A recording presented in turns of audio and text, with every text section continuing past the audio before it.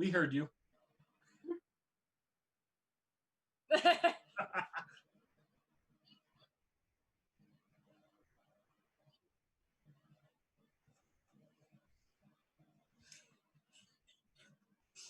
So, Yeah. all right. So, last time on Pathfinder, you ladies went out to the farm and, let's see, yes, it was the farm episode. You went and found a bounty to find out what was going on with the no last time was the graveyard. Okay, my mind going wee. So you made it to the next town north and took a bounty to clean up some remnants of some undead that had been left behind after the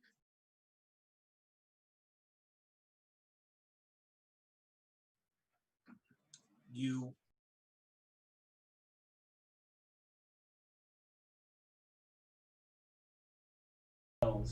to weaken them, and even came up with a couple of gems that you've been asked to use by your goddess to create a little statue, totem, or holy symbol, something along those lines. Okay, wait. Now let me know if I'm still muted. A couple of magic items, and let's see what else. I think that covered most of it. You guys headed back to the tavern for the night and got a pretty good reward off of that bounty without getting too beat up. Yeah, so we will resume with the next morning. fabulous. Can't hear you. Oh, me? Molly. Oh, I said frabjous.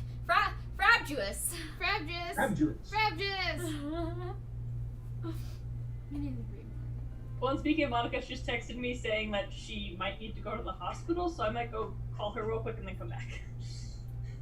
Okay, then. Yeah, sorry, I was just like, ah!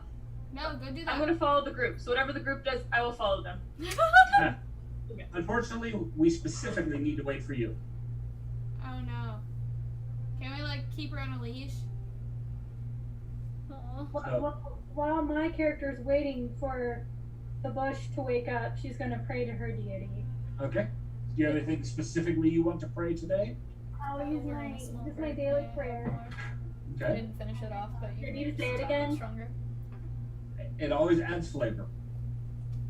Okay. It's the same thing every time. Okay. Thanks, darling. Calistria, please grant me the knowledge to strike vengeance on my enemies and the ability to sting them where it hurts. Please keep me safe from others' vengeance and keep my secrets hidden. Please grant me the freedom to explore and the strength to stand my ground when my character is questioned. Please continue showing my path for me and helping me along the way. Do you want me to just make another thing with According to the book, does Calistria have any particular feelings one way or the other on the undead? No, just go ahead and make more. I think You something. can add a little more to your cup too if you need to. I think she generally doesn't like them, but let me check just in case. There's actually a goddess of the undead, or god, I can't remember which was. If that one had a gender, but I think no, I don't think I have anything, but hold on, let me check.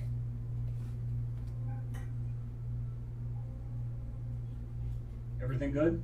Yeah, she's going up to the upstairs neighbor, and they're going to drive her to the hospital. So I'm just gonna wait and see what happens.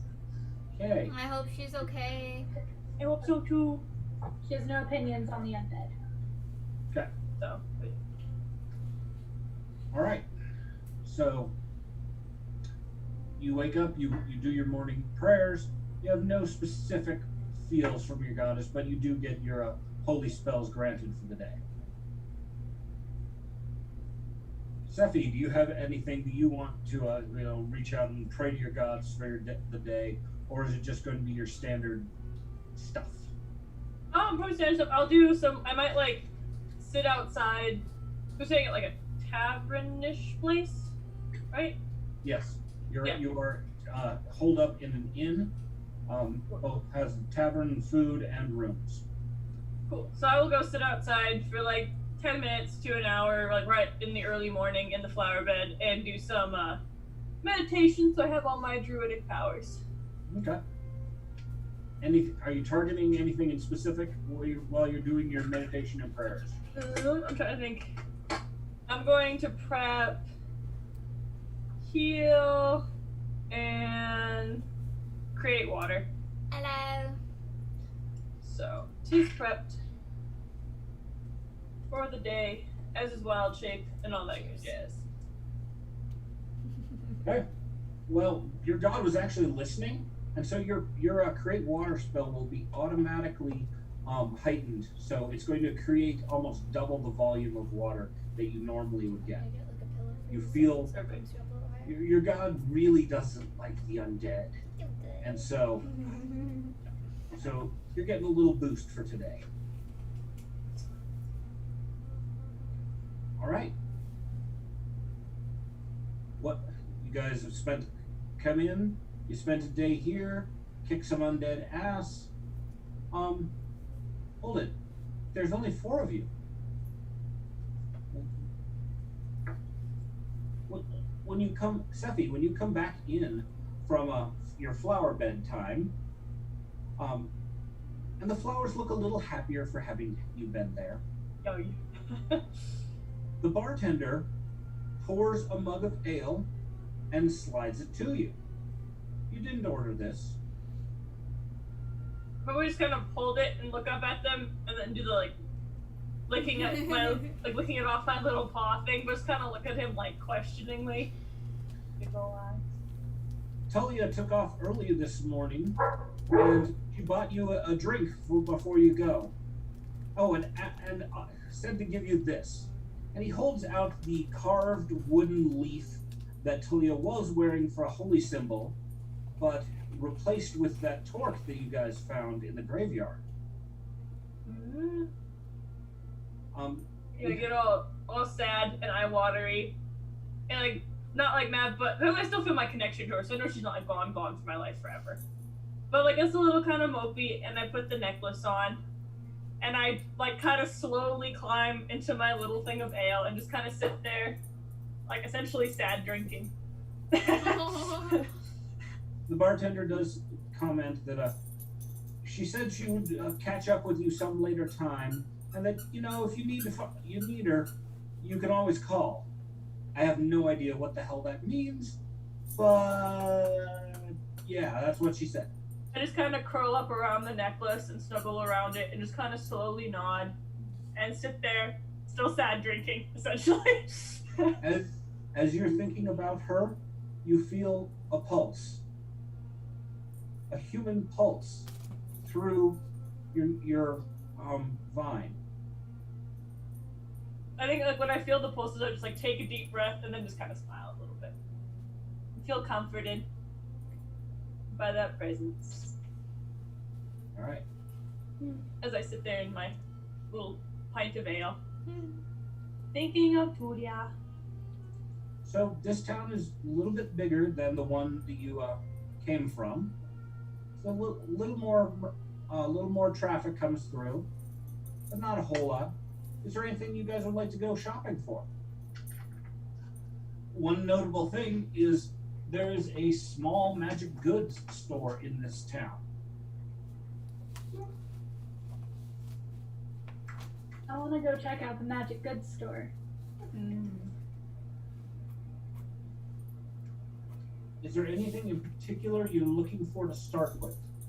Or just kind of want to see what they got? Just kind of want to see what they got. Okay. I don't know that there would be anything there for me. Kind of same. I mean, I'll come with you, Vivian, because because we're pals, and because I just lost Julia. But I might, basically, like, when you go, if my pint is pretty much done, I, like, try to gently get out, still end up spilling it, but at least, like, try to get out instead of, like, rolling out of it.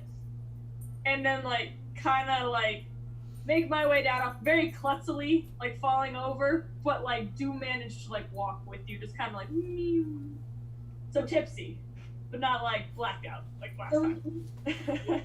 So do I know she speaks Sylvan? Because I also speak Sylvan. If you haven't had the conversation yet, you don't know it, but it would be a really good assumption. That would be my thought. I'm like, you probably can assume that Okay. because I'm a creature of the forest and summon fey creatures and things of that nature, but And then Sylvan, I'm just gonna be like, do you want me to hold you so that we can make this easier?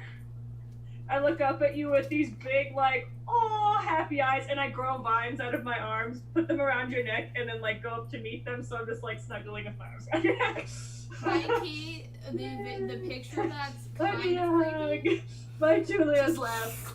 It's okay, she'll be back, but I'm still sad. Yeah, What now were you you're the saying, Luna? only human. Oh, I was about to say the picture, like the way I envisioned that, it was kind of slightly creepy, you know, just like, and I was just like, Yeah. oh, okay. But yeah, Think no. about any of the Lashy powers long enough, and they're kind of creepy. Yeah, yeah, no, yeah, you're the only human now. That's true. Congratulations on being the only human. I'm hanging out with the Leshy. Yo, just little Leshy, like sitting there like a toddler, just hugged around your neck, like. Oh.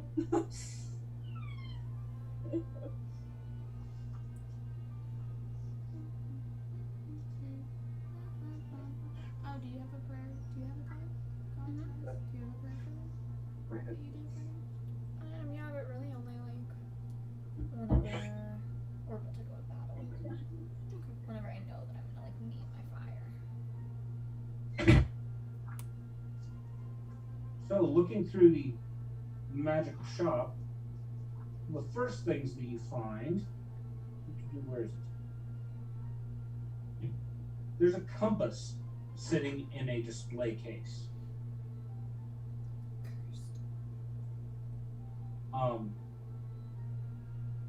There's no description or anything, but it's very fancy.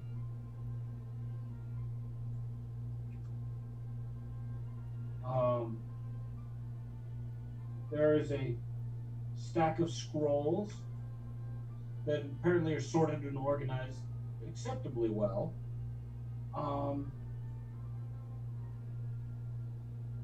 There's a torch with an ornately carved handle, and a selection of potions. Anything in particular you want to look at? Can I look at the potions? Yes.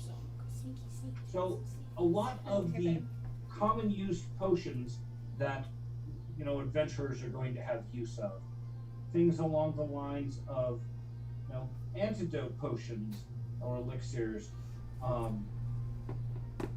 healing potions.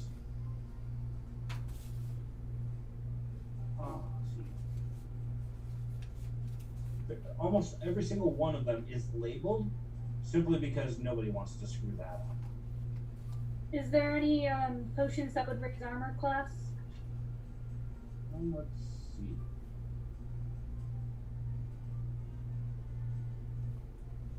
Or some for like temporary HP points?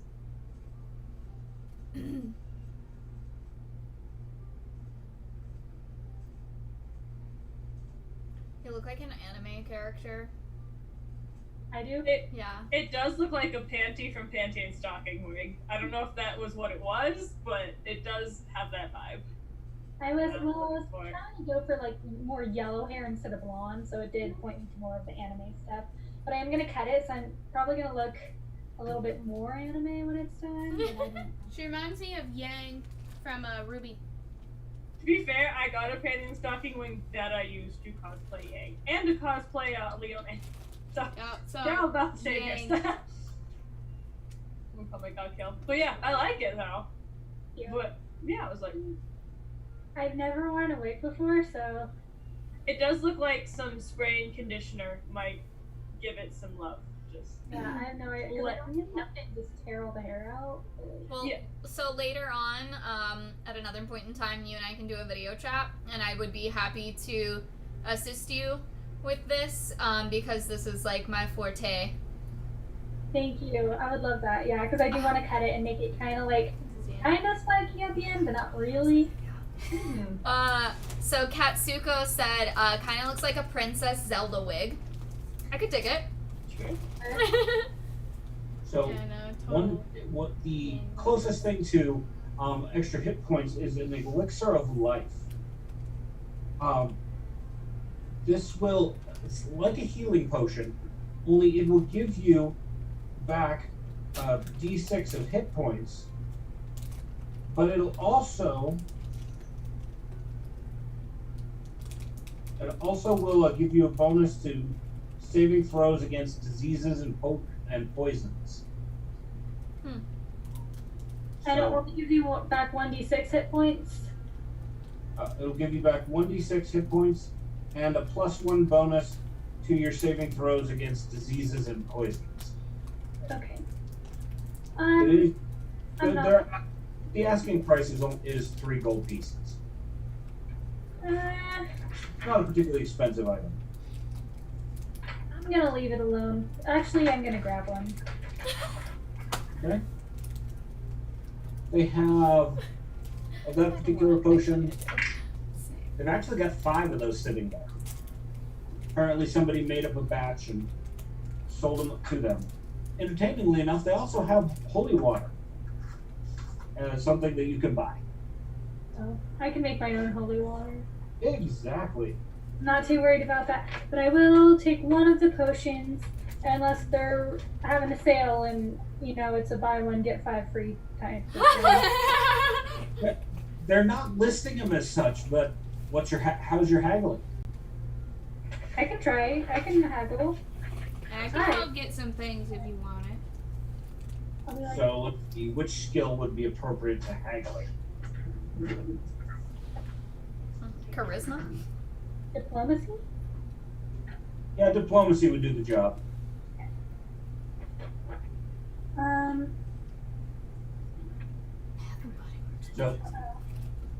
So you can either just roll, or you can role play with me and then roll the dice. And depending on how you role play, I give you a bonus. I'll do that. I'm Okay. really bad at role playing, so Okay. bear in mind. Hello. So the little old lady who runs the magic shop, she does have a tarnished silver Adventurer's Guild pin on her vest as well. So it's clear that she is actually probably a retired adventurer, and taken maybe some of her goods that she's earned and turned it into a business. But she knows what adventurers need. Okay, so I'm just gonna move my hair to the side so she can see my little pin. Hello. Hello, aren't you bright and shiny? I do. You can tell that's not entirely a compliment. She's referring to a brand new adventurer's badge that said, "Oh my, aren't you cute, you little youngling?" Do I pick up on that? Because my character is a little socially awkward, so should I roll to see if I pick up on that? Sure. Okay. Again, that would probably be your diplomacy. Okay. You're a Taurus. You're not gonna pick up on it. Yeah, I don't think so. I'm not a Taurus.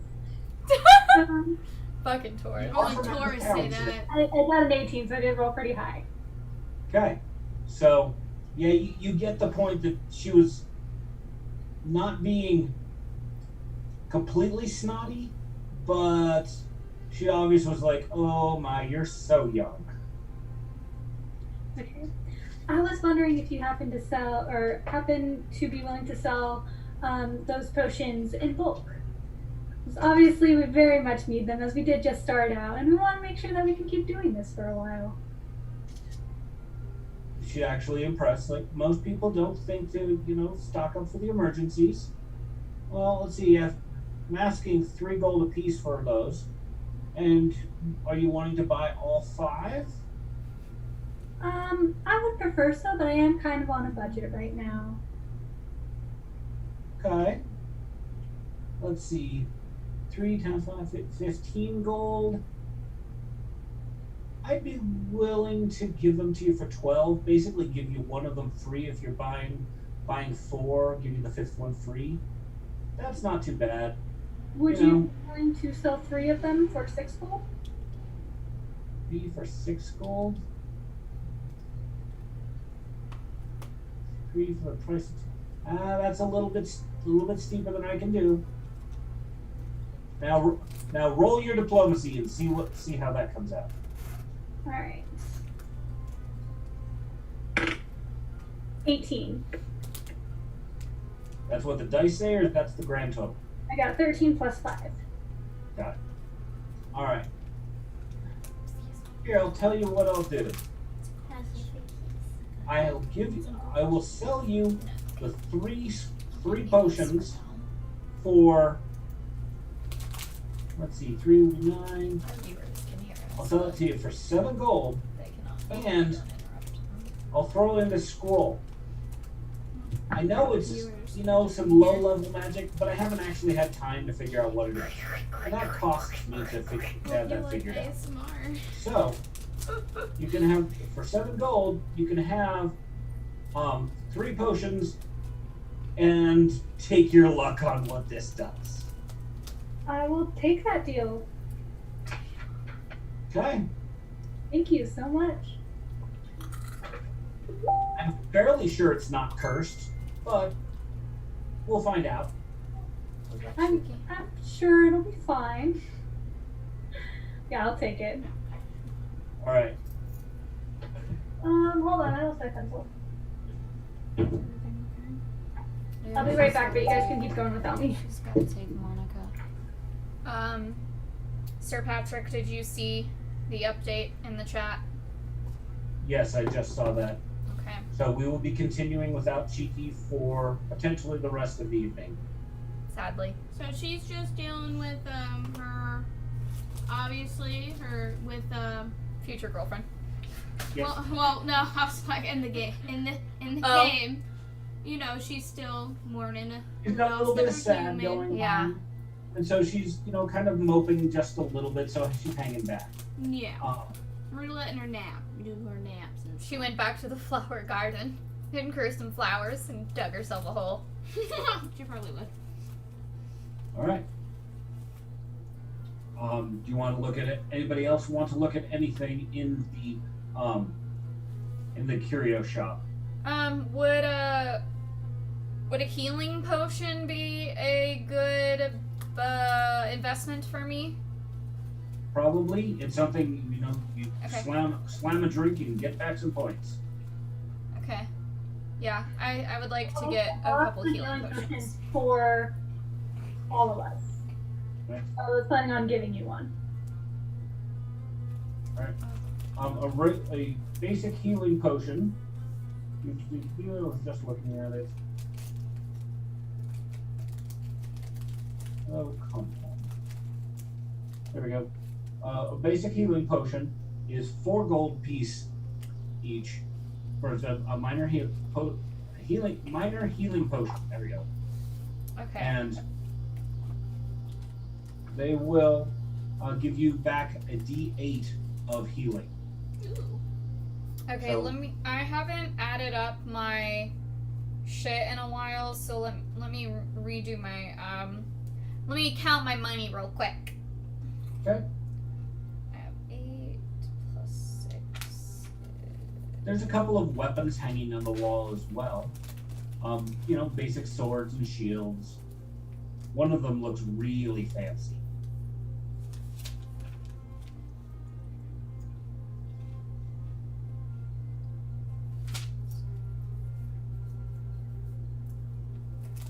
There's also an ugly hat hanging on the wall.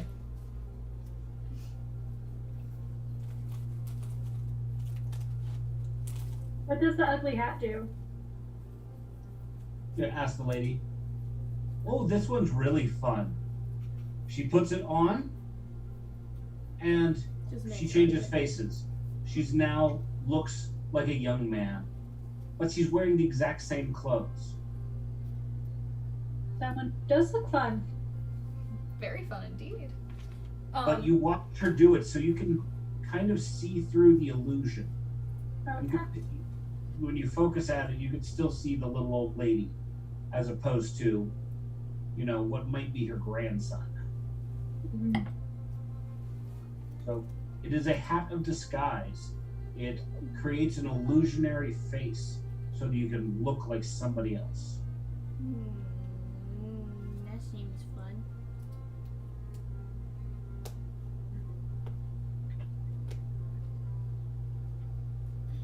But, That one, though, it's not cheap. She's offering it for 30 gold. is she willing to trade or, kind of lower it if I gave her the lion head that I'm still carrying around? She looks at it. It's kind of mangy and slightly singed. I wonder how the hell that happened. So she'd offer you a gold for it because, she might be able to sell it off to a passing merchant. A lion's head is not the easiest thing to come by and be able to, he might be able to make something out of it, but clearly it's not enchanted to start with. I'll fucking use some prestidigitation on it and make that shit look enchanted. Your common sense tells you she would catch you. Probably. I'm not gonna do it, but I wanna.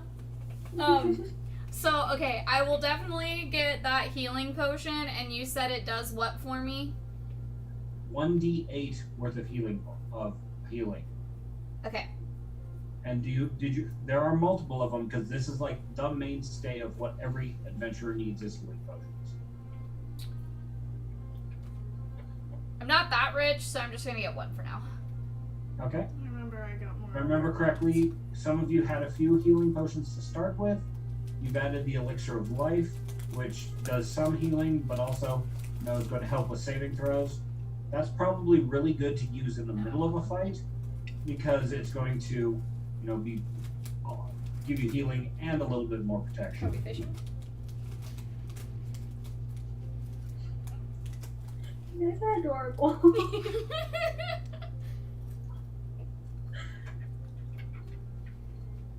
Everyone needs an ugly hat. Is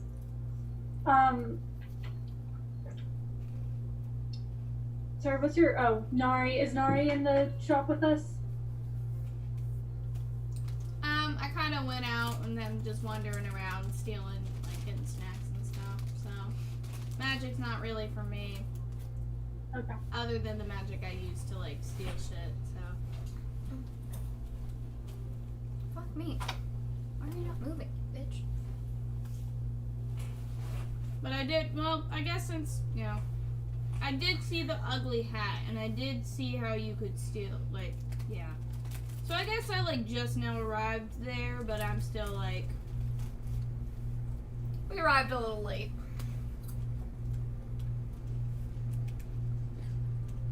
What other shops are in town? There's an armorer, arms and armor. Looks like they could probably craft just about anything you've got. Don't know what they have on stock yet. And then there is an alchemist shop as well. So instead of just the magical items that this lady is selling, there are you may have other elixirs and potions that are maybe explodey, all sorts of different effects that you can get with alchemy. Okay. I'm going to head over there. Okay. we're just gonna let her do her little shopping. So you have some of the basic items like a sun rod, which, for description, it's kind of like a glow stick on steroids. This thing actually puts out a very significant amount of light when you activate it. Yeah, thank you. I've got my jellyfish. This one's kind of pointed down more. So I tried. Maybe it's a lot more than my help. they have some poisons for sale. which are very restricted. But you know, sometimes you use this for getting rid of vermin, other things. It's more on my whip. Go to whip people. I would have to double check that, but you would have to intentionally apply it to the whip just before you use it, because otherwise they dry out and it's no good. Gotcha. Okay. And then.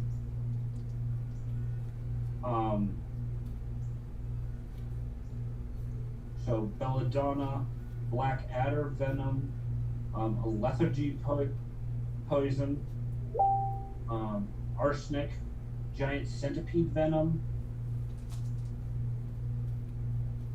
Let's see. Those are the main ones that he's got out and available for in terms of poisons. He does have a dark vision elixir that gives you, for a period of time, would let you have the dark vision, basically infrared vision, similar to some of your compatriots. Me?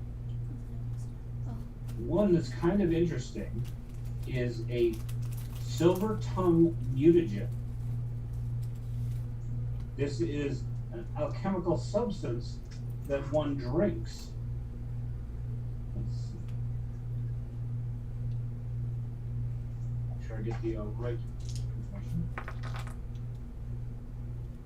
Your features become striking and your voice becomes musical and commanding. Though facts and figures become a little more hazy and your emotions cloud your ability to reason. So when you drink this, you would get a bonus to your dexterity and diplomacy, intimidation, and performance.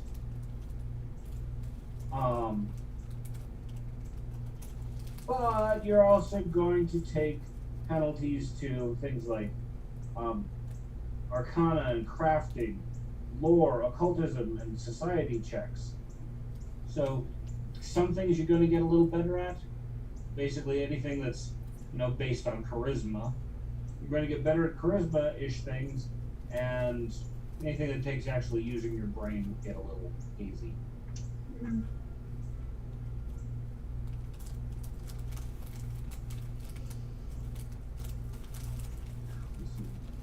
Another interesting one he's got sitting on the wall is labeled Bravo's Brew.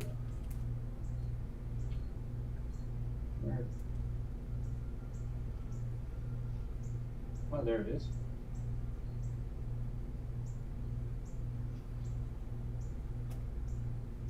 It's a flask of foaming beer that grants courage. For the next hour after drinking this elixir, you gain a bonus to your will saves, especially against anything for fear.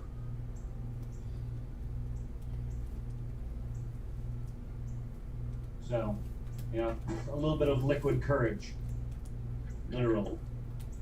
Okay, I'm gonna go up to the shopkeeper and say, "Excuse me, sir, how much would belladonna cost?" Yeah, belladonna. I don't know how prices it.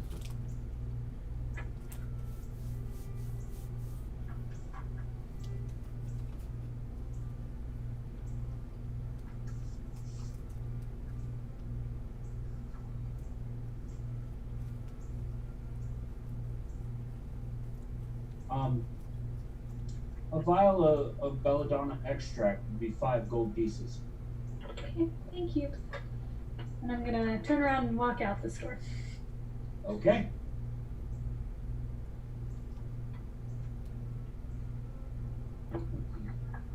Alright, and then Sephie's just following you around for the moment. She looks a little bit sad, but, you know, nothing can hold Sephie down for too long. Okay, I'm going to go find Narri and Thotianna and ask them if they would like to go to the Adventures League and see if we could pick up some more quests. Okay. We're sitting back at the tavern having a drink. I'm watching a dancing rat in the corner. You're watching a dancing rat. Yeah. He's got a little hat. She's drunk. Don't hate on my Nice. rat. I just taught him how to dance and I made a little hat out of him. For him. Out of him. Out of it. You're gonna make a hat out of the rat. No, for him. Be quiet. No. Okay, Felicia. No, she's back now, so I gotta look all like. We weren't doing a damn thing. But I'm gonna drink. You want a drink? Sure, I'll drink. I don't say that. I say, sure, I'll drink. So, when you guys saunter over to the Adventurers Guild, one of the postings, they're looking for adventurers to help guard a caravan. They headed north from here towards a town called what's the name of the town? Etrin's Folly. They're headed from here on past, even headed towards the capital. Basically, they're offering free passage if you guys are willing to help defend the cavern in the event of attacks. And they'll even throw in any danger pay relevant to anything that goes on. The fact that you guys bought yourself a wagon of your own, you might be even able to up your fee. Okay. Is that of interest to you? Are there any other quests? Only a one to exterminate some giant rats.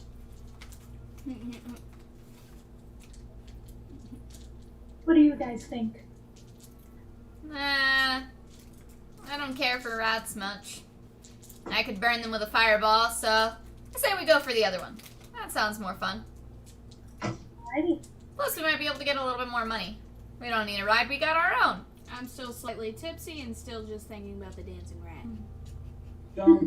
But this will also get you just a little bit farther away from Daddy's reach. Okay. You haven't heard anything in town yet, but knowing your father, he's a little persistent.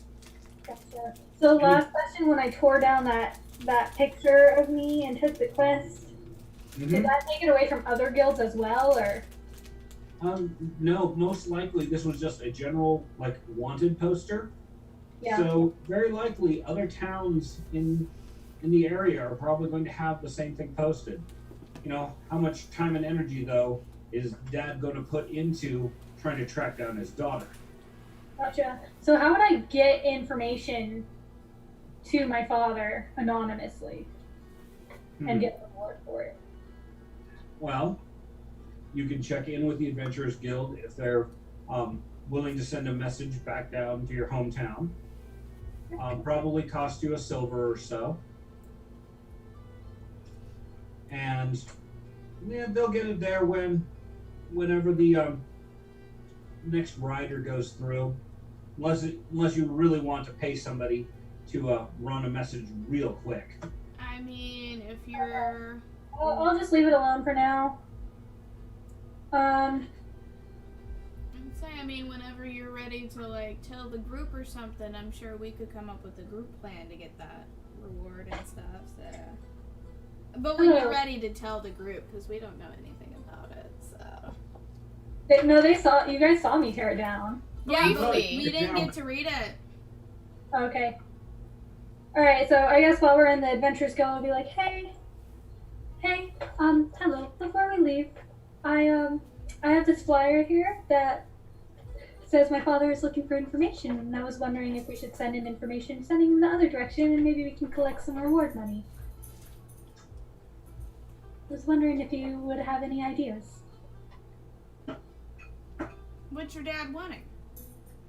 Information About what? about me. And, you could turn me in for a big reward. However, if we give him information, he's going to keep asking for information. We could probably get more money just by leading him on.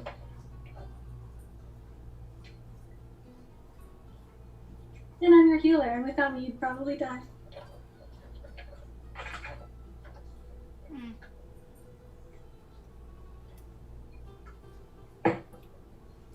I was starting to like you, but, I don't know about now, Vivian. Thought you told us that was your sister. What? Thought you told us that was your sister. If I remember correctly. Did Now I say you're that? saying it's you. Now, Vivian, getting caught in your own lies here. Not doing a very good job at this. I don't know if we can trust you. This might be the time to be clean about why you're running from your dad. Instead, in the circus, we got a certain thing to do for people who lie. Well, my father's trying to marry me off, and I don't really want that. So I would much rather go on adventures and heal people and actually be useful to the world rather than sitting up in a castle or in most likely a state home and having children. Hold on.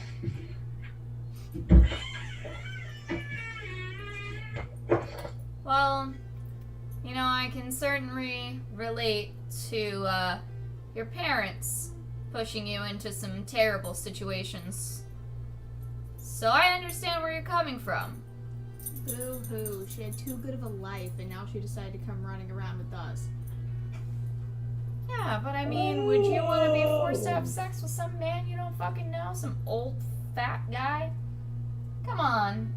It's probably not worth it. However, if your father comes after us, we're giving you up. That's fair. Alright, we're gonna go get the horses ready. You do what you gotta do. Okay. Alright. I'm gonna...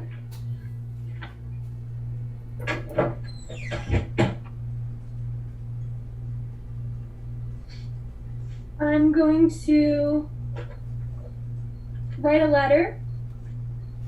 And this is the same person I lied to last time. That was... Yes. The Okay. clerk that was running it, same person. That believes I'm the twin sister. Oh, that's right. You rolled really high. Yeah. Yeah. We're surrounded by idiots in this world. I was gonna ask if I got a bonus from Callistria because you said that I got a warm, fuzzy feeling when I lied. You're working your way into her happy place. Okay. That sounded Alright. dirty. Then I'm gonna go back up to the guy, or I'm gonna write a letter. And I'm going to write, hey, I've heard some rumors that Vivian is in... Should I say in the complete opposite direction or in the town that we left behind? You can make them chase the circus. Oh yeah, that's true. I'm gonna write home and say, Because for all he knows, that's like, if guards heard you or anything like that, for all he knows, Daddy thinks you're in the circus. good point. Yeah, so I'm gonna write home and write under the name Lucy Starcatcher. Whoa. Are they gonna recognize your handwriting? No, because I'm gonna write really crappy. I'm sorry. Okay. And not that crappy. But I mean, there's not too many chances of people being illiterate in this universe, right? What was that? I'm asking about Actually, that. yes. This one can't read or write, and neither can Tulia, and neither can Sephie. We're the only ones that can read and write out of our group, so... Okay. Grew up on circus education and thievery, so. Then I'm going to hand the paper to the guildmaster, and I'm going to say, "Hi, sir. Sorry, I am not able to write. Would you be able to write a letter for me?" Actually, no. I'm not going to say that. No, you should Hold on. write it yourself. What? You should write it yourself. You got this. So I'll write it myself, and I'll try to make it look different than my handwriting. And I'll write, "Hello. I've heard some rumors about your daughter Vivian following the circus and being in the circus. I'm going to send that home. Okay. You should have changed your name. I didn't sign it. I'm going to send it anonymously. No. I'm saying if your biological name is Vivian, you should have changed your name when you ran away from home. Wait a second. How do you know her name's Vivian? My fake name is Lucy Starcatcher. Yeah, but like, He how would signs you up for know? paperwork with the Adventurers Guild under the fake name. Yeah. How would you know her name is Vivian though if we're in a different town? How would who know her name is Because Vivian? wasn't the name Vivian on the flyer? No, all he said was his daughter. He has Yep. 3 daughters. The flyer that was posted on the board does list Vivian as the girl's name that he's looking for information for. Okay, just making sure, because I'm just like about to just like throw you back to the people if you were like. Well, we're not even in there right now. Remember, we went to go get the horses ready. Oh, we did. Yeah, we left. I told her, I said, fine, we're gonna get the horses ready. We're ready to go. We're ready to get our fucking money and get the fuck away from the circus we ran away from. Yeah. So I write that down. I fold it. I seal it, if I can, with one of those stamper things, and I send it to the guildmaster to send off to my father. All right. He will charge you a silver piece to deliver the letter. Okay. It tells you it'll probably be there in a couple of weeks. Depends upon how fast somebody's headed south again. All right. Okay, and then I'm gonna meet up with Thotianna and Narri and hop on the wagon and get ready to go. Okay. Sorry that took so long. All right. So the caravan master, who's leading this merchant caravan, his name is Bort Barganeth. He's a dwarf. Pretty amicable fellow. He travels this circuit. It's not a very well-traveled merchant circuit, so it's he's kind of an important man through this circuit, because not a whole lot of people, like I said, go along this line. What he wants of you is to bring your wagon into the rear of the chain and help protect from bandits or wild animals or whatever problems we might have between here and Ethrin's Folly. We're actually headed towards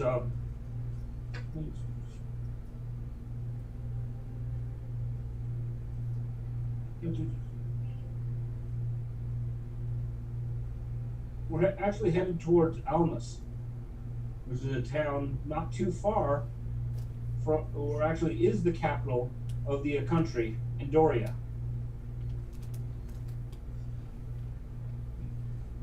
So he's willing to offer a single gold apiece, because, you know, if nothing happens, you guys have got all of your own stuff. But you get help with the extra protection of riding with a caravan, and in the event of a fight, he will compensate accordingly. Okay. He seems to be a pretty honest fellow. And none of you are getting any vibes that he's, you're not getting any dirtbag vibes off this guy.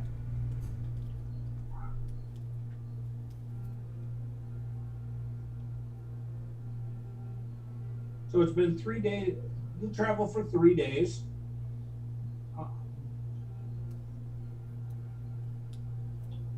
And it's going to be quite a ways to get to the capital. The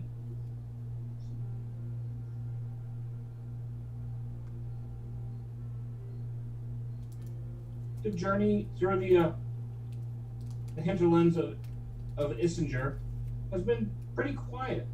Even though the ride itself has been not overly comfortable, this road is not the best, and the wagon that you ladies are driving, it's okay, but this thing's got the springs of a jalopy. It's it is not a smooth ride. So, on the morning of the fourth day,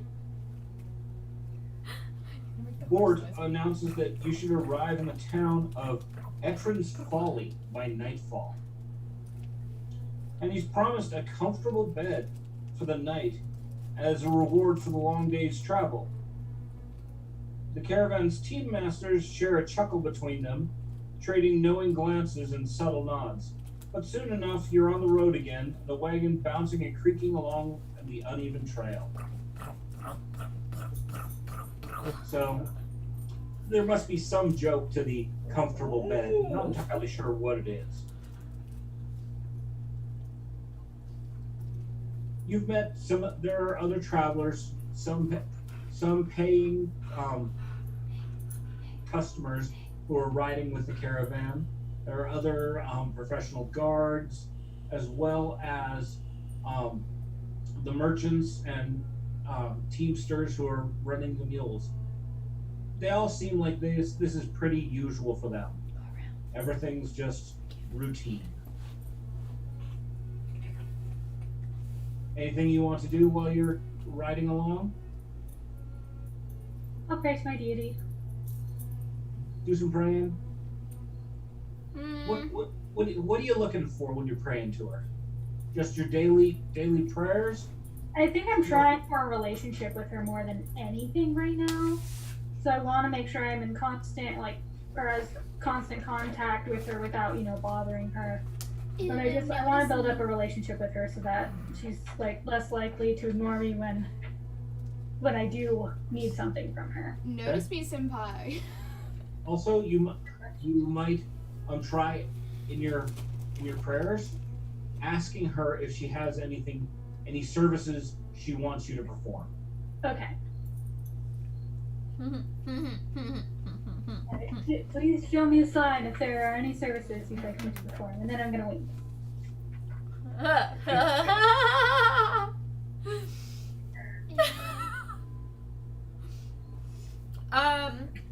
I would like to either roll for perception or use a guidance cantrip. Okay. So what's your goal here?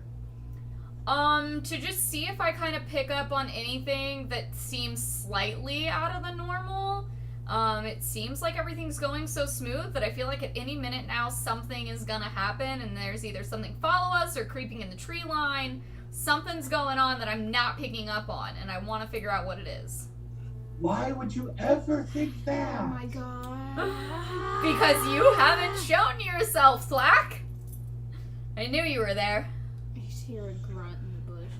That's not a Lily. He's not at all. So this morning, your horse that you guys got, you got 2 horses for your thing.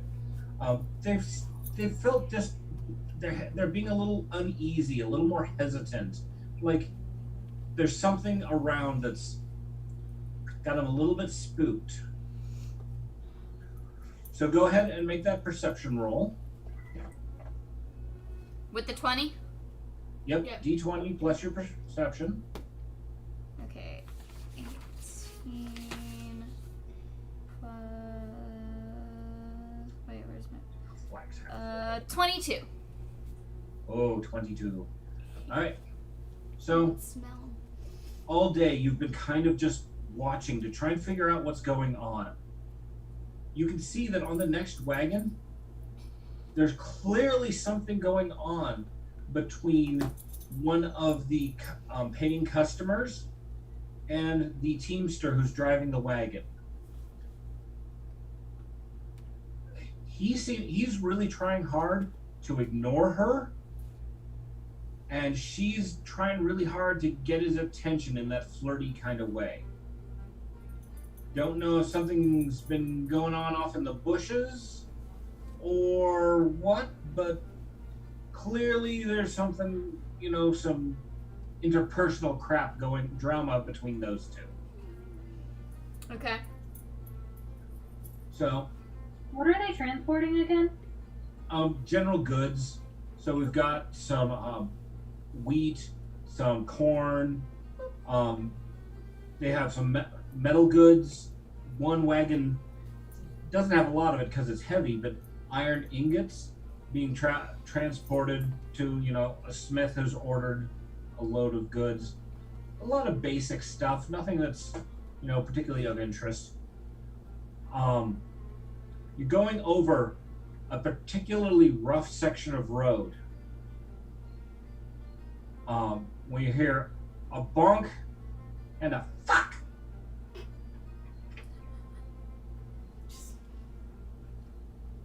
Can I see what just happened? From the sound, roll a perception. What the fuck was that? 10? You heard it, but you don't know where it came from. Okay. Wait, I don't know where it came from, so it didn't come from the wagon? You don't know where it came from. I can't say yes or no. You don't know. Thotianna, Narri, did you guys know where that came from? I don't know. Let me see. Oh, fuck me. I got a 7. Jeez, you guys. Is that your grand total? Yeah! Shit, you guys are shit. Okay. I don't know shit. I don't know what it was. I heard it and I'm like, whoa, what the fuck was that? Come on, give us something good. 25. All right. So you got a wagon. It's got a bench seat, and then kind of like a pickup bed. Oh.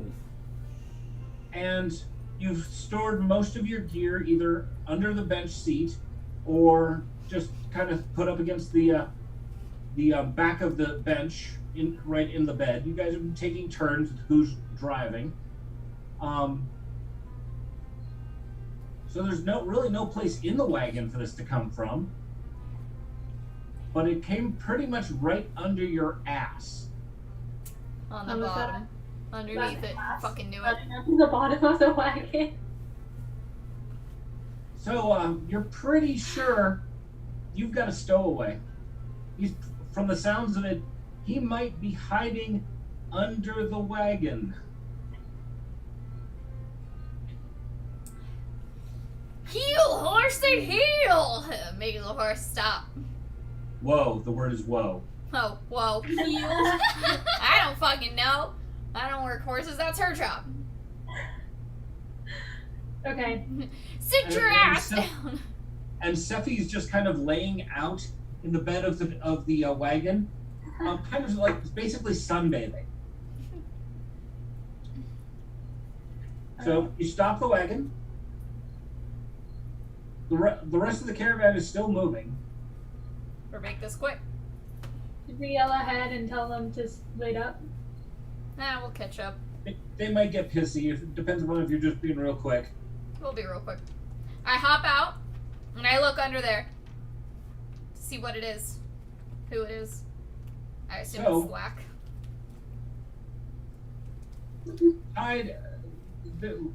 Someone has managed to rig up a little hammock underneath your wagon. That's not creepy So- at all. So he's just been hanging out underneath there. And you look at him.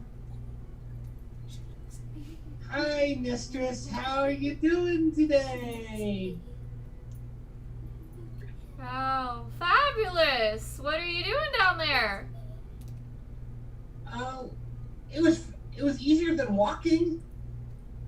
Yeah, And I figured I wouldn't get in your way. you're not wrong. Did you bring us any food? I ate it, but you said you didn't like rabbit. I mean, if it was fresher, you just don't want 3-day-old rabbit. But that's when it gets good.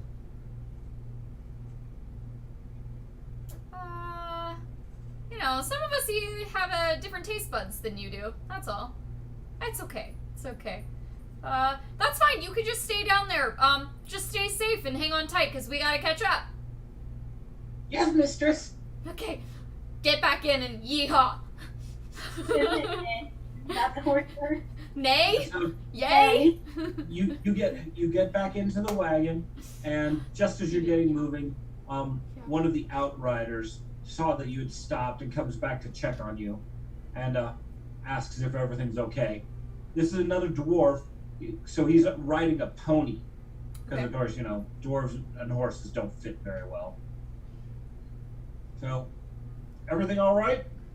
Oh yeah, everything's fine. We just felt like something must have gotten stuck in the wheel. We hit a really bad bump and we were kind of confused, so we just wanted to check and make sure the wheels were good. They look fine though. Yeah, he takes a quick look at your wheels, says, "Yeah, this is a pretty crappy road.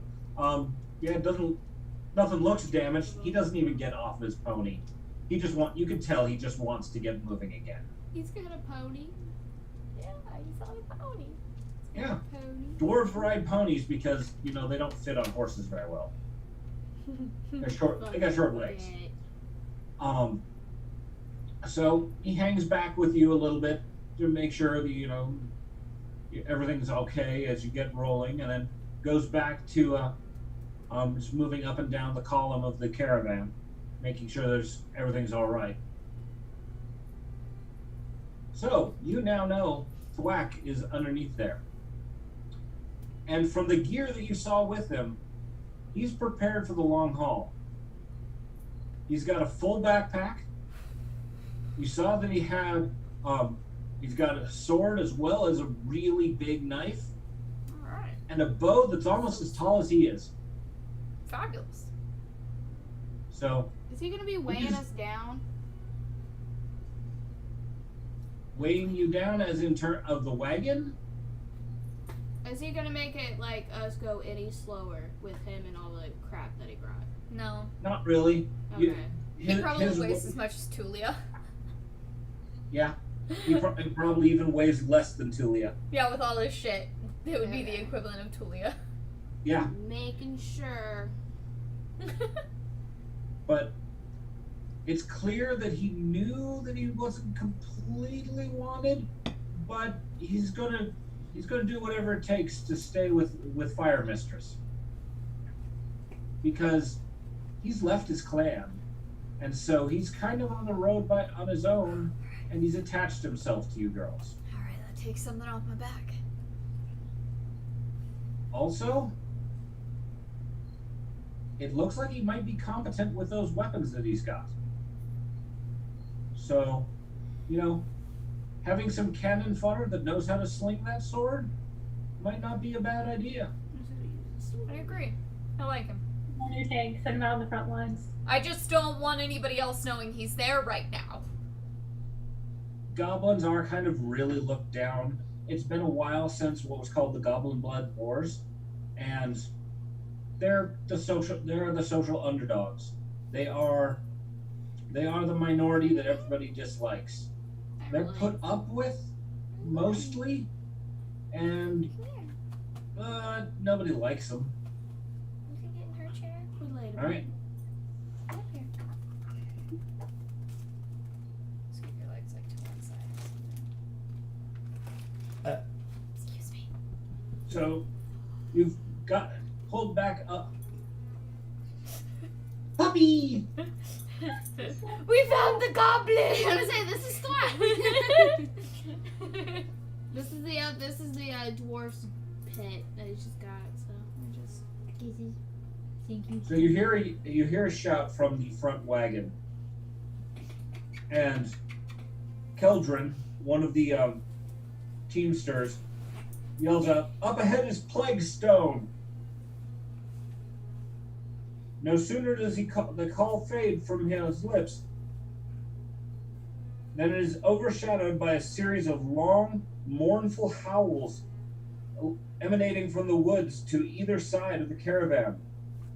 Moments later, you hear cries of panic, and a pack of mangy wolves descend from the forest with teeth bared. It's a mangy wolf! Oh no, that is a very well-kept wolf. Not a mangy.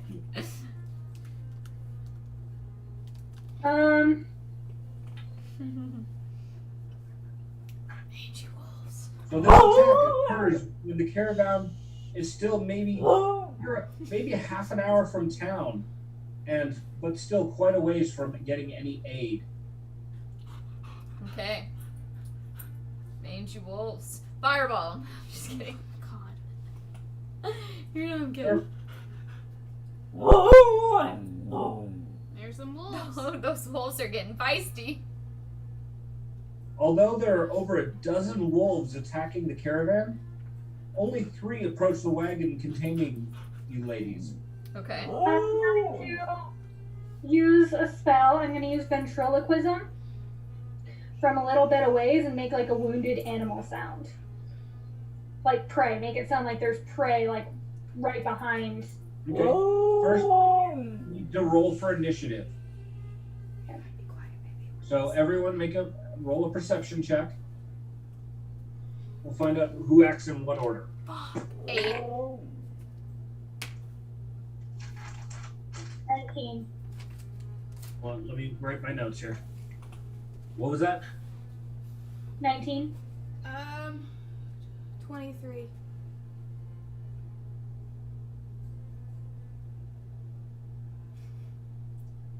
Molly? 8. I had too much to drink today. Sephie, having laid down and was basically sleeping, got a 1. So I will guess that her bonus to that, she's probably at about a 4. And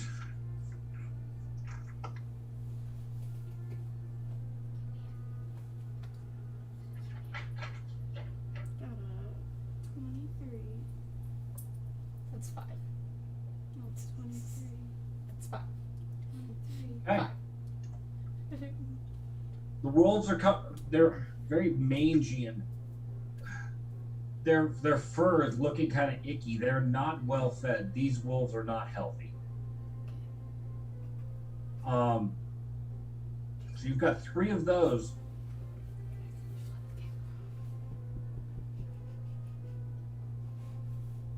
Coming towards you. Let's see. Luna, you'll go first. Yeah. So they're not very. You are attacked by a wolf. It sits on you. I can't breathe. Oh, I forgot something. Okay. Hey, baby.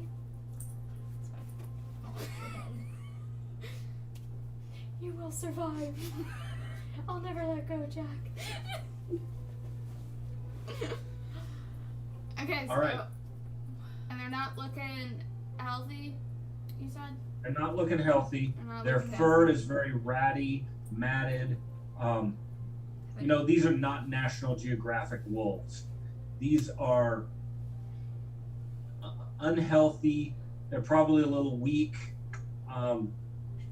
but sickly. Sickly would be a good word to think of these ones. Like very bony looking. How realistic is Yeah. my lion head? How realistic is your lion head? Yeah. Well, it's a real lion's head. It's just, let's see, how good was the taxidermist? It's about average case. The taxidermist did a decent job. The only problems, of course, is it's made to be a hat, and it's made to be a hat. It's slightly singed on one side, and one of its eyes just points off to the side. So would wolves believe it's real? Probably not. Depends what they would think. These are just wild animals, depending on how they're going to react to it. Do you have prestidigitation? You don't really do spells, do you? I only have 1. And it's not bad. So what is the thought that you want to try to do? Thotianna. We want to do Thotianna. Check. The I thought. mean, What is the thought you yeah. want to do? I don't know. I had to. I tried to make a punny. It worked. You're very funny.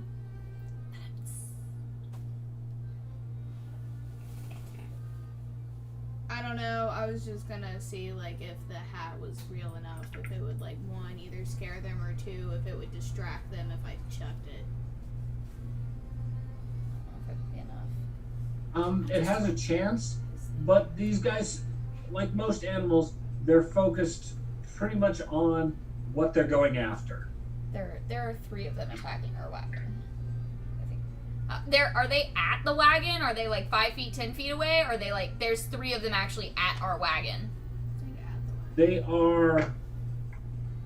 We'll say that this round starts with them 20 feet away. Okay. So you got enough advanced warning that the attack was happening, that it's not, a full ambush.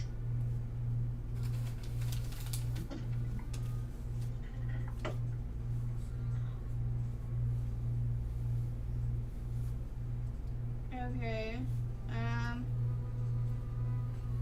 What do you have in the way of, say, ranged weapons? Yeah, that's what I'm looking at. I got a short bow Okay. that I'm trained in. So Okay. yeah, I'm trying to find out which thingy. So yeah, I guess I can try. I'll try using my short bow. Okay, so you're going to take some shots at one the wolves. There are 2 wolves coming at you from one side, and 2 wolves coming at you from your right, and 1 wolf coming in from the left.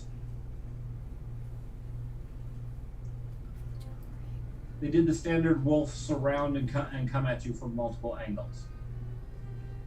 Okay. Could I try? So I get like 3. You have 3 actions, Yep. but if you're doing multiple attacks, there's additional penalties to each successive shot. So one action might be to pull out your bow unless you had it at the ready.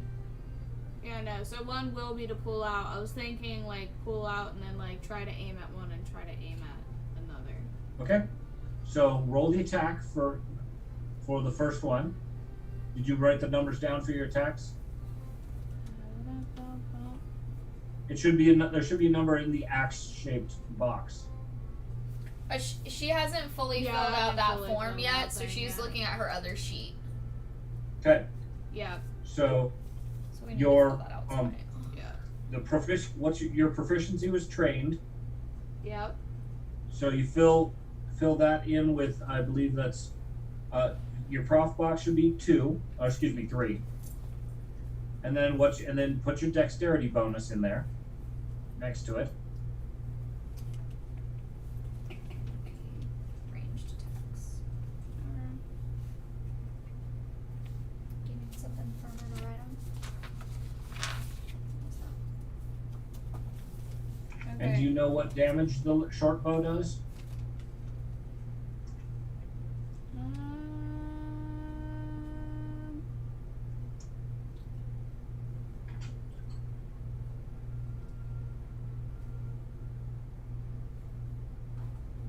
I could probably look it up really quick.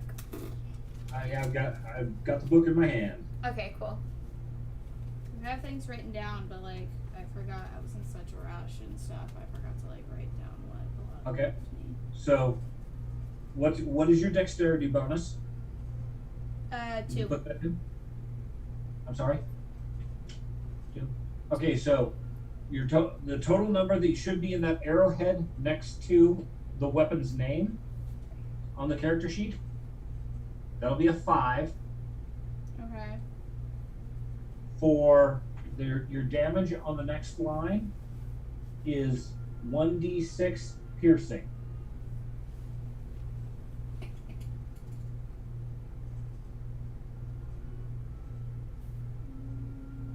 I think, yeah.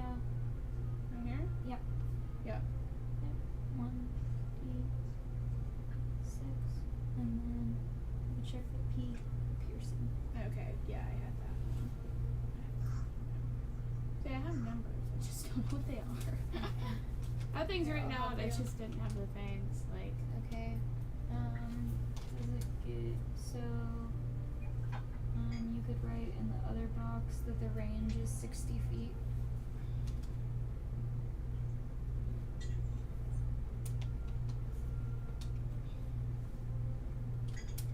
Okay. And that should be good.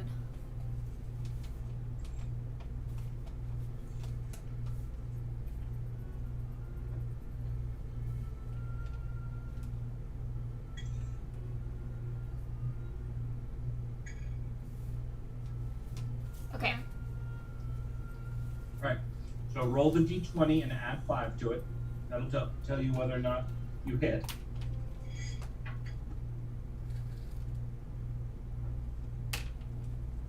I got a 10. 10 your plus 5? 5. Or you got 5 plus 5. Yeah, I got a 5 plus 5. She rolled a Okay. 5. All right. So you missed with the first shot. Damn. Oh my god. Why do you always So, miss us? You could take another shot, but it'll be a -5 penalty, or you can stand there. Or do you But hey, you might roll a 20. I'll take it. I'll take it. You got this. 22 total. 22 total. Before the 5 or after the 5? Minus 5. Oh, minus 5, so 17. Still good enough to hit. So now roll a d6 to find out how much damage you do.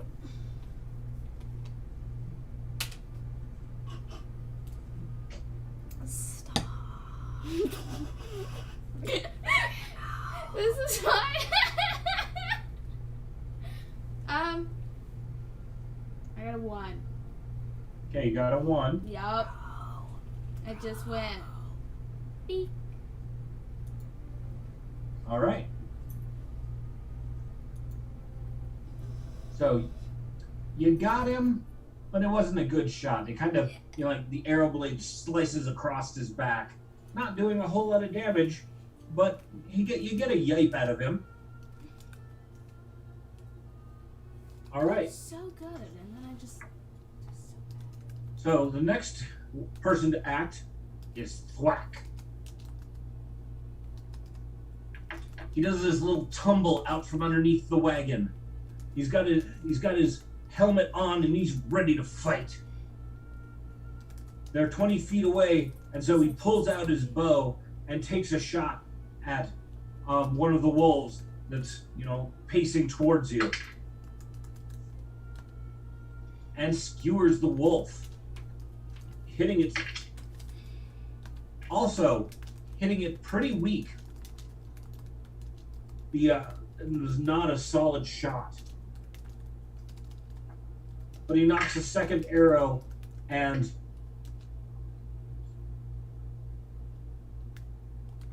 puts a second arrow into the same wolf, delivering a much more substantial blow. This arrow is sticking out of the wolf's rib cage, and the wolf is not doing well. Good job, Thwack. What was that? I said, good job, Thwack. Thank you, mistress! Alright. Next is Vivian's turn. Okay, so Vivian is going to cast ventriloquism. Mm-hmm. Sound like there's some prey about 30 to 40 feet behind the wagons where we currently are. And then at the same time, I'm going to pull out my whip and start whacking it to make noise. How many actions is the spell? 2. It's 2 actions. Mhm. Alright. So, 2 actions to cast your spell. What does Vivian know about prey animals? What's she going to pick? Probably going to pick like deer. A deer. You like Bobby deer? is wearing the hat. Is that the ugly hat that turns you into a small boy? Not quite, but Bobby is joining the religion of big hats. Nice. Oh, there's a religion of big hats. Hold on. She said, "Say less." Are we Hold going on. to the Kentucky Derby now? Oh my God, no. Very possibly. Yay! No. Just come with me. Yeehaw! So, I'm sorry. the ventriloquism. You're going to try and make a deer noise happen. Now, ventriloquism normally just throws people's voices. Yeah, so I'm gonna be like, That is a derby hat if I ever saw one. Nope. I love your hat. Oh my god. Amazing. I will actually even wear this hat, like, out for walks. Yay. Oh my That god. is definitely a derby hat. Sadly, your ventriloquism act doesn't fool anybody, and so you see one of them kind of cock their head, but it doesn't distract them into doing anything else. All right, now it is the. Oh, you were also going to do something with your whip. Yeah, so I'm just whacking it to make a lot of noise so they maybe get scared. You might be better off just straight up attacking them. These guys look hungry and they're on the edge of death from starvation. And your goddess is present, so Alright, then I'm going to remember, I'm yeah. Can I pray to my goddess and be like, I'm mad that they didn't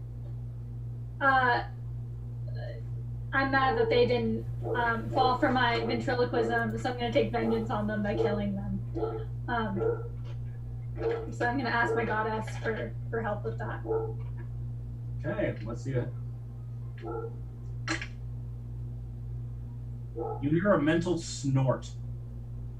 Like, no, that's not quite how this works. You know better than that. I But need to you hear it from Bobby or it doesn't count. What was that? I need to hear it from Bobby or it doesn't count. yeah, I think we should re-roll. I don't like that answer. But wait. If the Duchess is the goddess should roll. Yeah. Okay. Roll with your hat. Okay. You're aiming to get a high number. 59. Nope. The goddess is unimpressed by her bullshit attempt.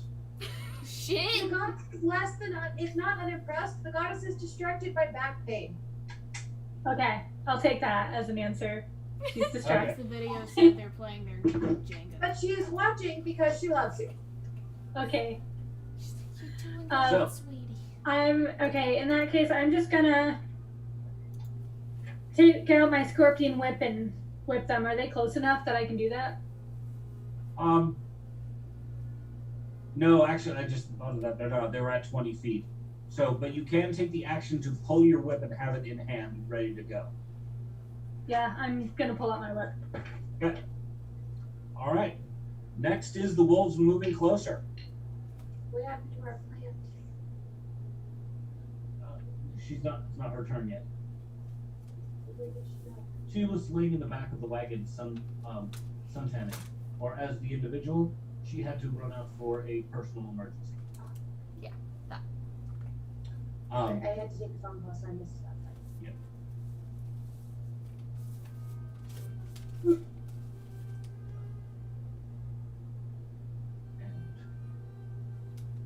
Okay.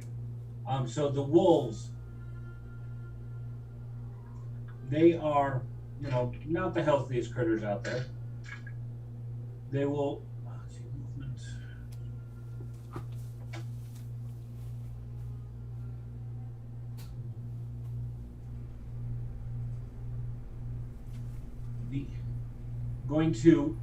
They close all three wolves close distance with the wagon, and they are going to circle and try to jump up at the wagon. One of them actually, because Thwack is down on the ground, is going to try and engage him.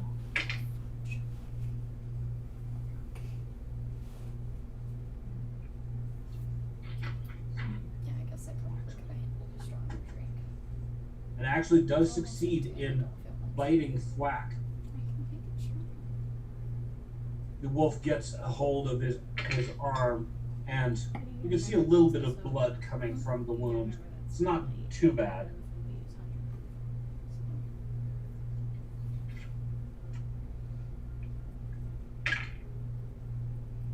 Makes a second attempt and does not succeed to get Thwack. Now the other two is going to try and one is going to try to jump into the back of the wagon. It's yours to drink. You should drink He actually tries to jump into the back of the wagon and trips over the tailgate of the wagon, stumbling and falling down into the wagon, laying prone. His turn ends for sheer incompetence. He's not a very good wolf. The other one is going to jump up. Let's see. The three of you, where are you positioned? I know Vivian was driving the horses. Who's in the back with Sephie? I assume both of us? Okay, so only one of you was riding on the bench? Only Vivian was riding on the bench? Yeah, we were Yeah. letting her take control. We were relaxing. Okay. Alright, then you, the three of you now have a sprawled wolf who will probably jump up on the next round. And the wolf does jump, though, at Vivian and attempt to bite her. What is your armor class, Vivian? 17. And they miss by 1 point. So Ooh. it takes a growl and a snap, and it's on the bench with you, but has missed biting you. Okay. It lashes out a second time, and again fails to make contact. Alright. Right. 14. All right. Now it's Sephie's turn.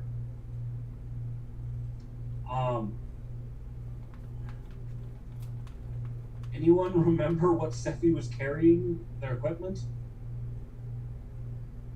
I don't know that Sephie was carrying much, because I feel like with Sephie's druid background thing that they were Yeah. using, Other mostly than, spell like, stuff. Adventure, other than the like adventures pack, I don't really. Yeah. Okay. I never remember them using a weapon.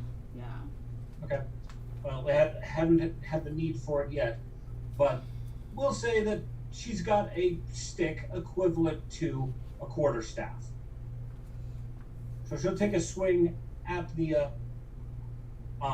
prone wolf with her staff.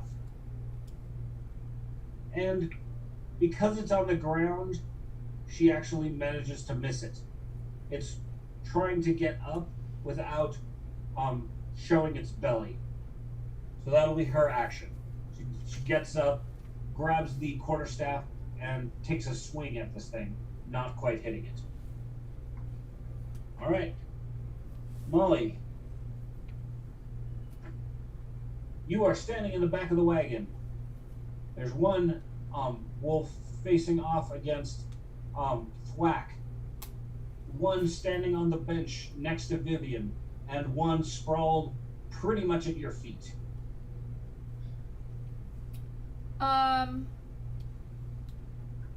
So I think I'm gonna go with Elemental Toss because it's only one action, so I can go for each one if that's a possibility.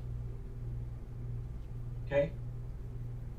Go ahead and roll your spell attack skill. Should be on the same page with all your spells. Okay. Upper left corner. Do I roll the 20 and then add the number? Correct. Okay. Yes. Give me something good. 17. 17 total? Yes. All right. That is easily enough for you to just flick a piece of fire at the first wolf. Which wolf are you throwing at first? The one attacking Thwack. All right. Now roll the damage for it. Should be listed where we wrote down your spell. 1d8. Okay. So, this one? I believe so. The 8. It Yep, does that's 8. it. Okay. 5. All right.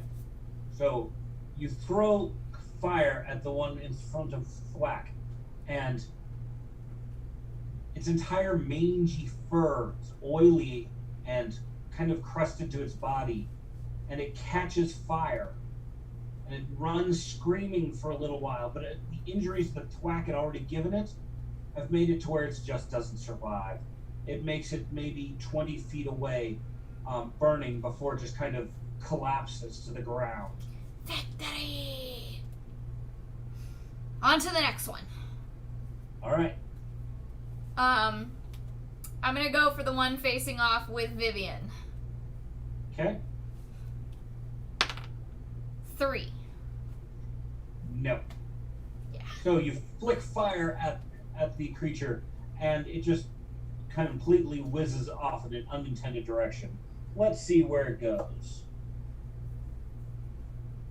Straight forward towards the next wagon in line, but misses. You do not manage to set the next wagon in line and fire. Okay, and now you have the last wolf that's at your toes. 2. A grand total of 2, or that's what's on the dice? That's what's on the dice. Okay, so 2 plus whatever your attack skill, your spell attack is. Oh, then 6. Alright. Still not enough. It goes flying over the back of the wagon off into the road. You've got a little grass fire going on back there. It doesn't look like a risk of a significant forest fire, though. Okay. All right. That's the end of this turn. Now, it is Luna's turn. Okay, so where is everybody? How many do we have? You've got one in front of us between us and the next wagon, and then you've got one back behind us. You've got one in the bed of the wagon with you Oh, okay. that will stand up on its turn. You have one that's standing on the bench seat with where Vivian's standing in the cockpit, and the wolf is standing on the bench trying to snap at her and bite. So you've got them; they're all within arm's reach. Okay then. Chop its head off.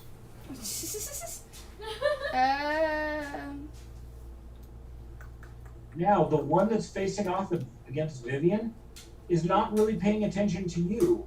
So were you to stab it, it might not know. It would count as a surprise attack, giving you the extra damage.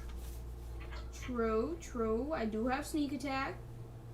The one that's at your toes is facing towards you, so it wouldn't technically be a sneak attack. They have the ability to roll and dodge and get away, but if you were to spin and stab a knife into the side of this one, or some such thing, depending upon your weapons.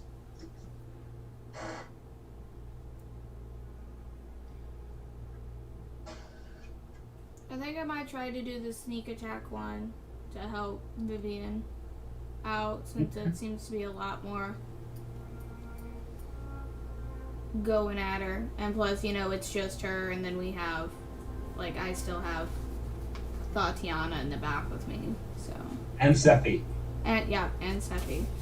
So, I think I might do a sneak attack to get the one that's with her. What weapon are you using? I have 2 weapons of a sap. A dagger? No, an SAP. Sap. Yeah. So that's just a weighted thing used to knock somebody unconscious. Okay, so I have that, and then I have the one that starts with an R. Rapier? Yeah. Okay, so think the 3 Musketeers and their light, thin swords. That's the type of sword you've got. Okay. It's fast, agile, and you could probably if you were to get a good shot, it would go straight through this guy. Okay. So, did you write down the attack numbers for the rapier? Yeah, I have all that down. Okay, so roll your attack with the rapier. With the D20 plus whatever number you've calculated is in your bonus. okay. Okay, 19 total. Hey, you successfully hit. Now roll 2 D6s. If you don't own 2, roll it twice and math them together. Okay.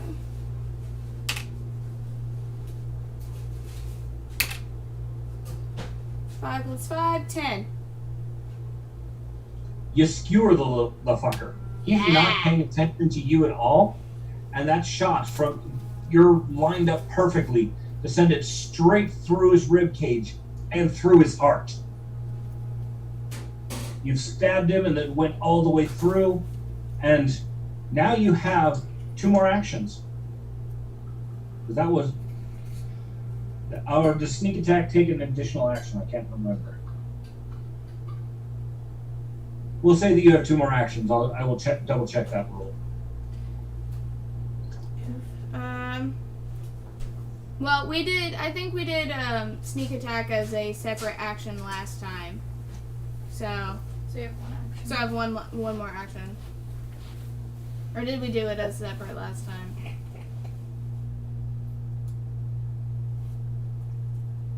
I have no idea. I don't remember. All right. Do you want to take a stab at the other guy? Sure. Is he now focused on someone else? Since I kind of... He's focused on Sephie, and he's basically attempting to get back up. Okay. So I can try doing the same thing. Yep. He's facing you, so it would not be a sneak attack. You wouldn't get double dice. Okay. Okay, that's fine.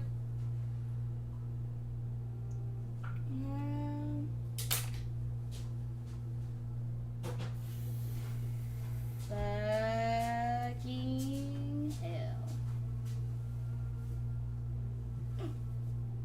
I got a shit, what is it?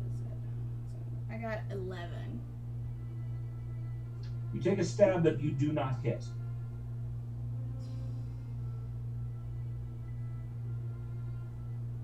Nice. Okay. After you, it is Thwack's turn, and you hear a howl coming out of the woods. There's another wolf coming, but though this one doesn't look as bad off, this one is clearly healthier of sorts.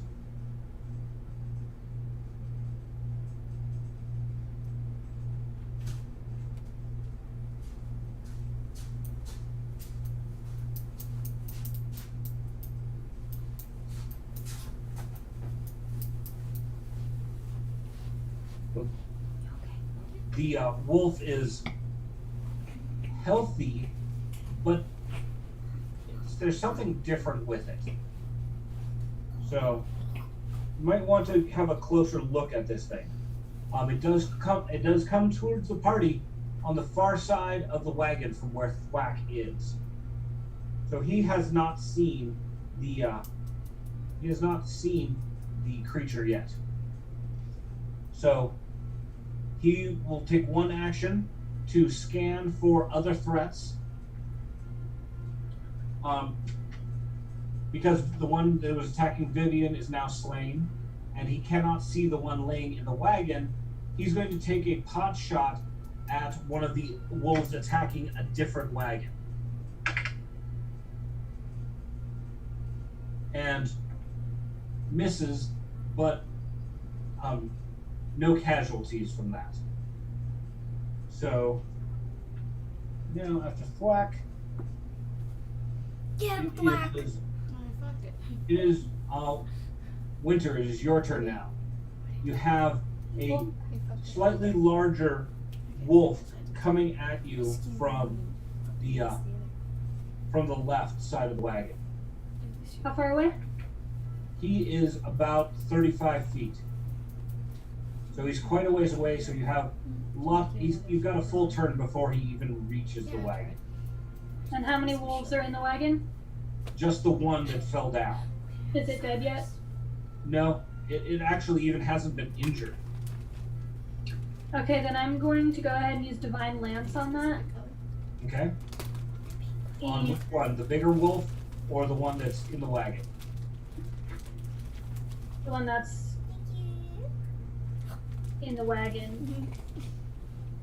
And that does a beam of divine energy.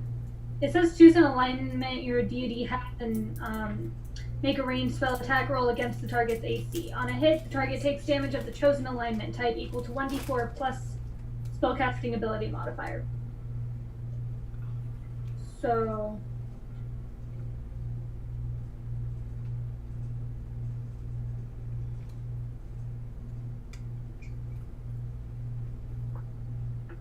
So roll your spell attack ability. okay, so I got a I see. Okay, sorry. A 15, Okay? and I did 4 damage. Alright. Let's see. Double check. Or if I hit, I did 4 damage. You do hit, and you can see this holy light burns into the wolf's body, but it's not enough to kill him. He does seem significantly injured. Okay. And then I'm going to use my whip to hit him. And Okay? So you're going to make an attack roll with the whip's modifier.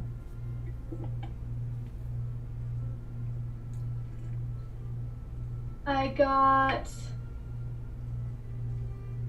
an 18, Your whip does score a hit. and I did 2 damage. Alright. You just ripped off the wolf's ear.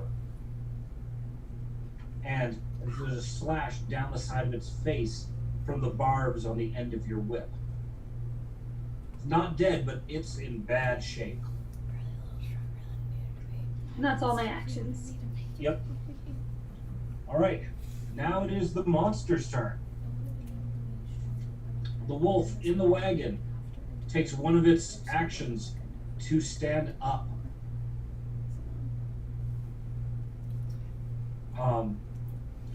Because it was laying on its side and now it's moving to stand up.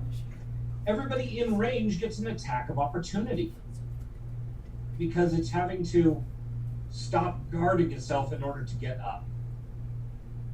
That means Sephie, Thotianna, and Narri. There we go. And Narri each get a turn. We'll start with Sephie taking a swing at it with the quarterstaff. She's aiming for the leg while it's trying to set up to knock it back down. So she will, instead of doing damage, knock it off its feet. So while it's trying to stand up, it gets knocked back down. That's her reaction. Molly, you have an attack of opportunity only against this creature. You can make a 1-action attack. The one he's in the wagon with us? Correct. Alright, I'm gonna take my sickle to chop its head off. Did you have your sickle pulled out? Shit, no. Okay, so that you don't have enough actions to accomplish that. Alright. And I only have 1 action? You got 1 action. Well, the only one I can use is elemental toss. All right, slap some fire on this bitch. Yeah. Do the 20 Yep. plus the spell attack, Yep. so 15. Okay. Now that may or may not have hit him, when he wasn't prone, which means laying down flat. But he gets negatives because he can't dodge. So you just put some fire into this bitch. Visualize it. If you just you light your hand on fire and slap. Roll some damage and see how much damage your the wolf just took. So it's 1d8. So I rolled 8 one. Yep. Yep, 8 times 6. How much? 6. Okay, like the other one, his fur catches on fire rather easily. You're going to want to finish this guy off soon and make sure he doesn't set your wagon on fire. That's a good idea. But he'll probably not going to be doing too well. All right, Narri, you now get a shot at this one. Chop his head off. I'm gonna say it's here. I can just do my other thing that I did last time and see if I can just. Stab him with a rapier. Yep. Do a Okay. little shanky shank.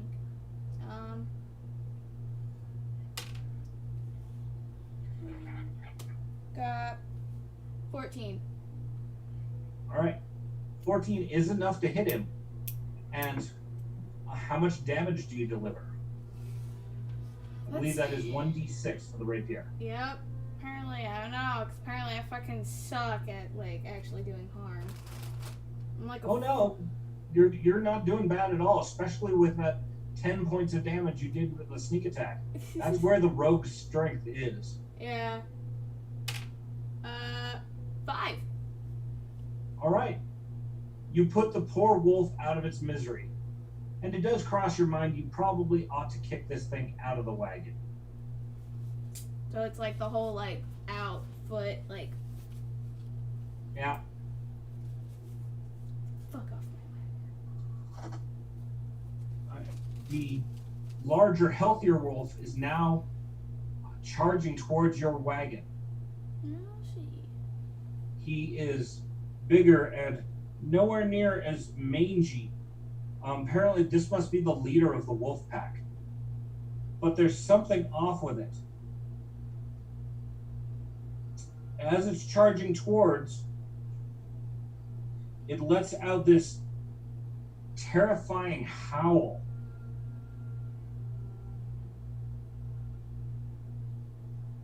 Would, Thwack know what's up? Since he's He definitely hears it. So just double checking the.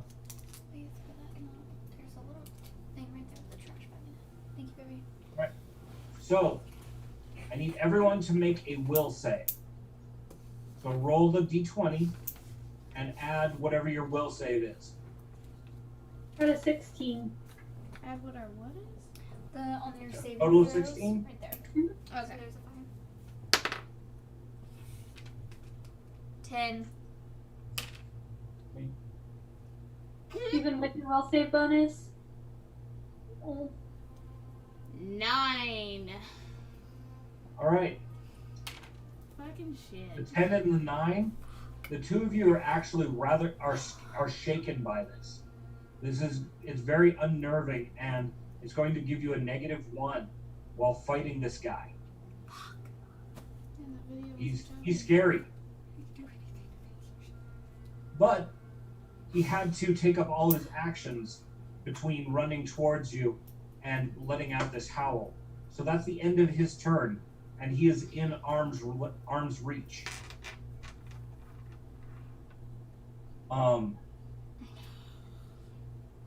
So after them. All right, next up is Sephie. And let's see. Sephie is going to summon up the fairy that she has been communing with, and get that fairy to attack the wolf.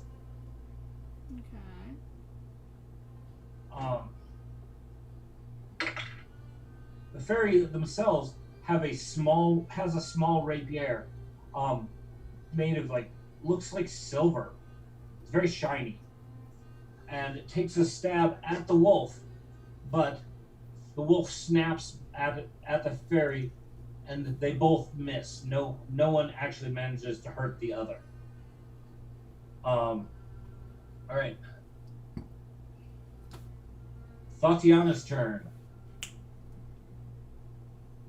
It's within reaching distance? Yes. Yes, it's direct. It's, you know, standing right next to the wagon. You can, with a weapon, you could reach over and hit it. You could punch it in the nose if you thought you were going to do any good. Extreme boobage. Can I use my sickle to try to chop its head off? It is bigger and healthier, so it is improbable to get a full decapitation.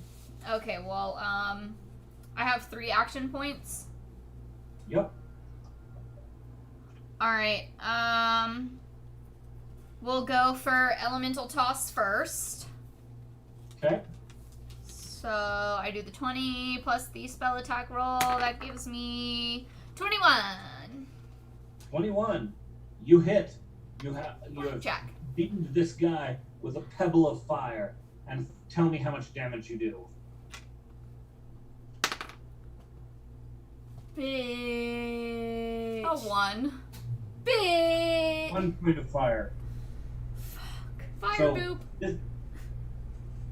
This wolf's fur is not as mangy and not as oily, so You win. he manages to shrug off the little bit of burn that you give him, but still not a happy camper. Fire boop. All right, we are back up to Narri's turn. Ew. That sucks. Is he distracted at all? He's facing right at you. Okay. Oh well. Let's do my thing.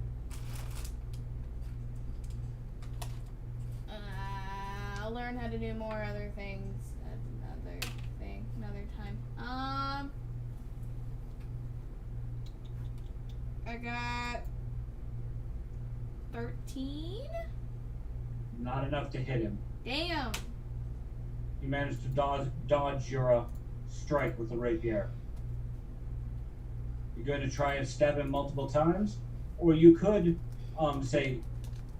go moving around to the side and let him stay focused on your compatriots and find out whether he tracks you or or if he faces off against the flashy fire sorceress. Yeah, I'll do that. Okay, so you move out the back of the wagon, backing away from him. So you're moving away from him, so he does not get a specific chance to take a swing at you. So you take your other two moves to basically circle around behind him. Okay.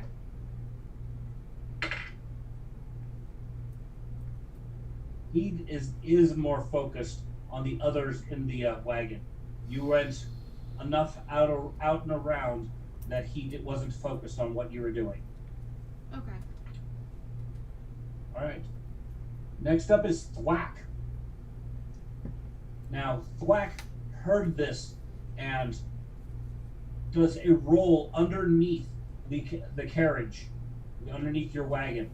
He's very nimble, and clearly, where he lacks in social skills, his dexterity and fighting prowess actually makes up for, his annoyingness.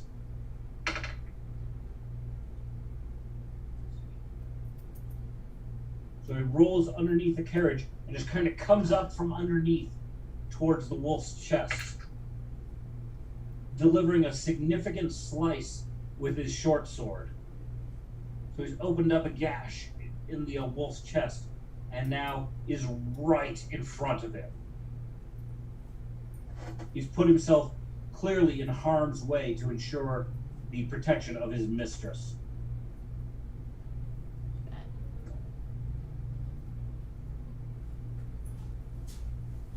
And he takes a second swing, but that one does. The wolf backs up just a little bit and gets out of the way.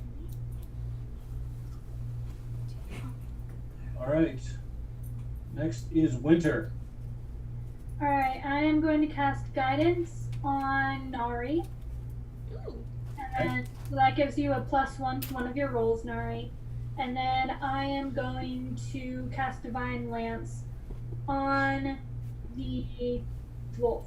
Can I also make a perception check to see what's different about this wolf? Yes. Okay. And that doesn't count as an action, right? Actually, no, that would count as an action. Okay, never mind then. Okay, so I'm gonna cast Guidance, and then I'm gonna go ahead and cast Divine Lance. Okay. So I got a 22 to hit, and then That hits. okay, and then a 4 for damage. Just do this. Okay. Oh, puppy. I'm behind the wolf. Shh. She does. And She's distracted. I'm facing off with the wolf. She's distracted. Oh, this is so Fireball! scary. All right.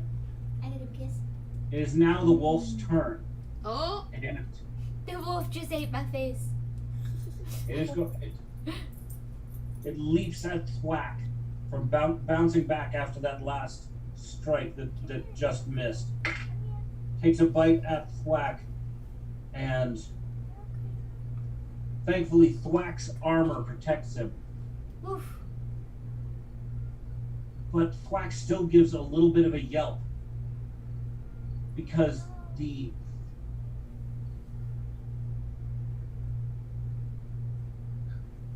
saliva dripping from this wolf's mouth apparently slightly is acidic, Oh shit. and so it's eating into his armor. Hasn't hurt him, Thwack, yet, but clearly there's something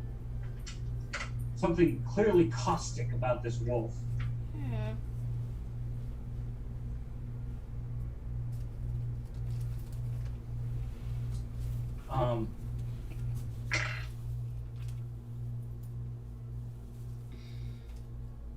He takes another bite, but misses completely. And Thwack manages to punch him in the jaw just enough to move his head aside, but doesn't do any damage. All right. Next up is Sephie. Sephie commands her fairy to go stab the wolf in the butt.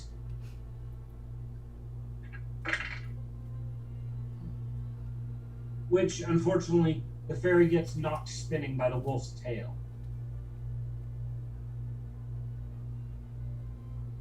Alright. And Thotianna.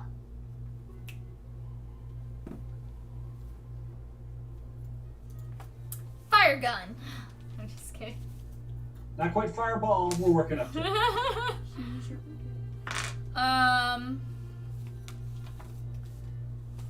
Oh, alright. So this wolf that has acidic mouth shit saliva is right on Thwack. Yep, they're right face to face. Okay. The wolf bit his arm but didn't penetrate his armor. Thwack punched him in the jaw. They're squaring up, and Thwack so far has the upper hand, but that could turn at any moment.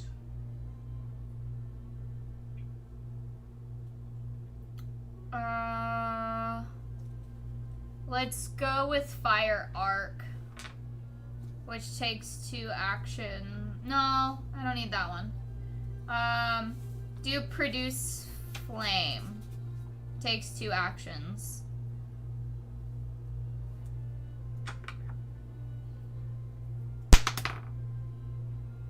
$24. All right, you hit with the flames that you're producing. Does it have a damage listed on it? 1d4, and I rolled a 3. Okay. So you deliver another 3 points to fire to this one, better than you were at before. How many actions was that? 2. Okay. You do have one more action that you can use. Elemental toss is one action, Okay. so 11. It misses and mildly distracts Thwack. Or, no, not distract's not the right word. Seeing the fire magic come from his mistress makes Thwack excited and feel brave and powerful. Oh, we're gonna kick this guy's ass! Yeah, get him, Thwack! Right. Alright. So next up is Narri. Yep. You have circled around and you are being very stealthy. Roll a stealth check. And that's with 20? Plus your stealth. D20 plus your stealth skill. Because you're coming up behind to give him the give it to him in the ass. okay. This plus stealth.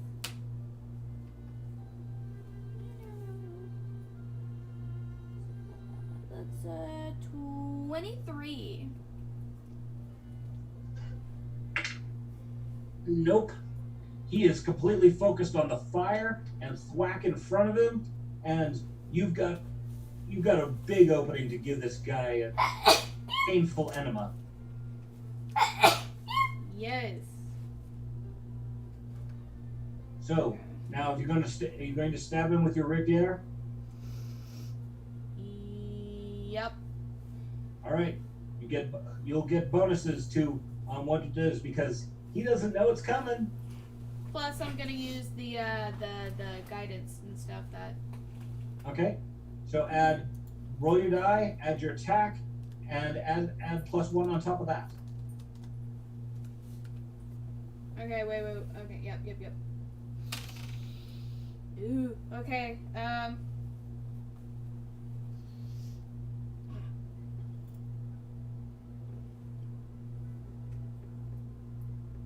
10.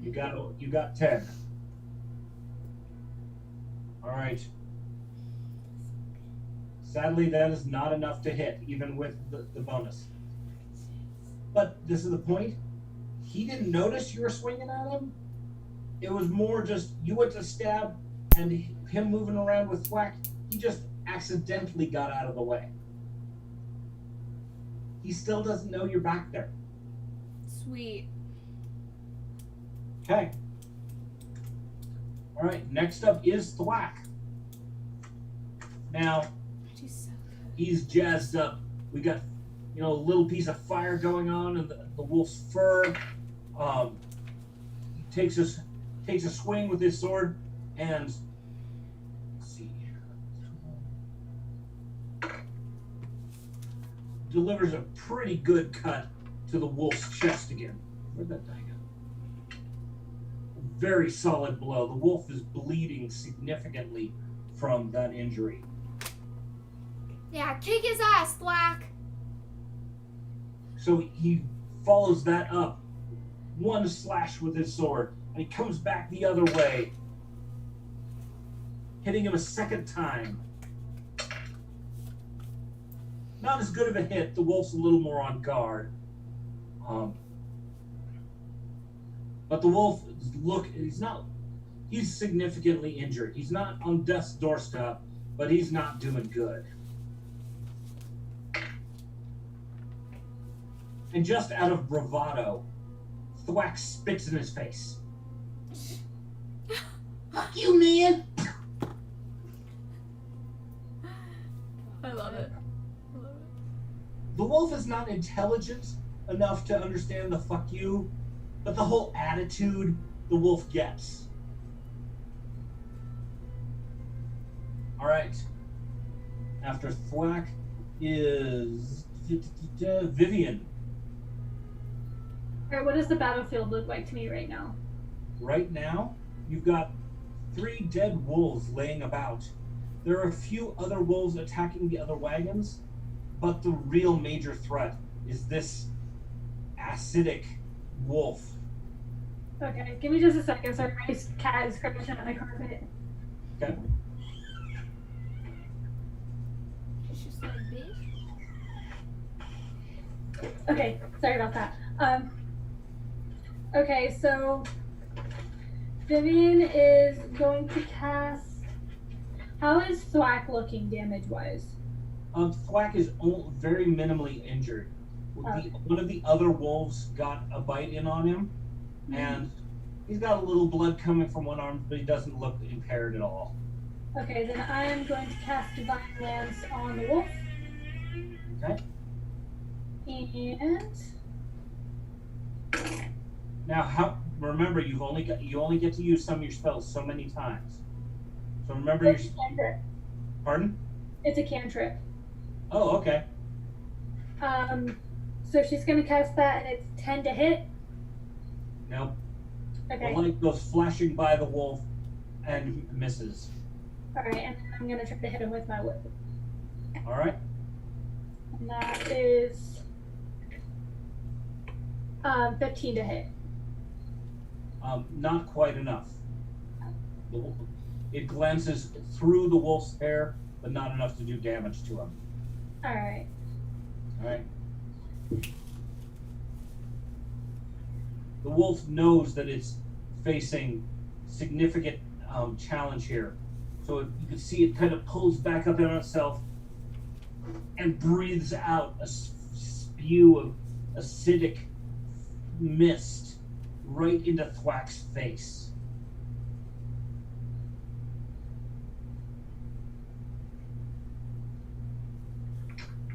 So Thwack gets a saving throw for this acid breath attack, which he actually succeeds.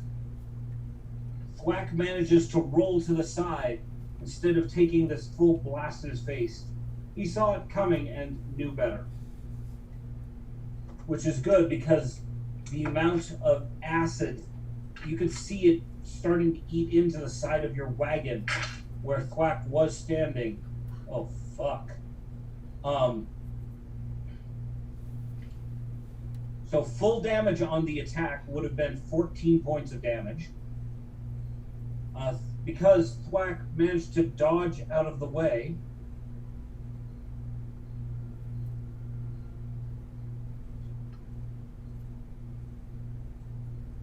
he only takes half of that damage.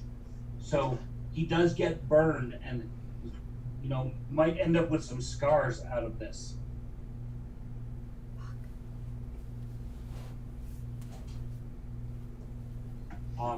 It's really good that he missed, because otherwise that could have been very painful for Thwack. As it is, he may need some attention. Next up is Sephie, who will simply once again order use one of their actions to order the pixie to attack, and they do stab it in the butt. Or we'll go within the flank, because the butt is back where Narri is. And delivers another point of damage to the wolf.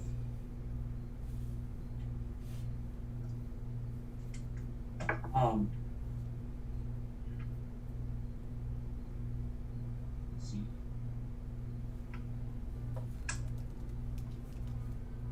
And Sephie will cause water to rain down over Thwack. She'll cast was it Vivian or Sephie that said they were using create water? Sephie.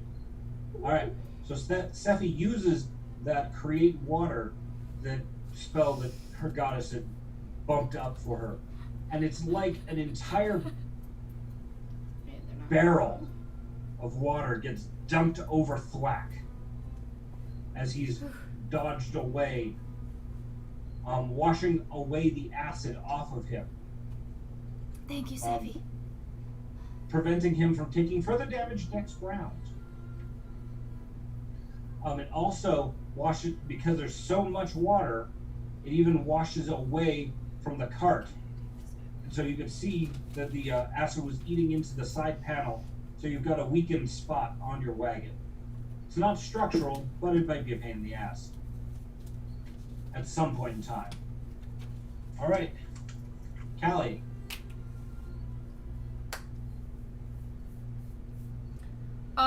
Does it take a action point to pray to my god? No, speaking is a free action, and we'll call praying as one of those.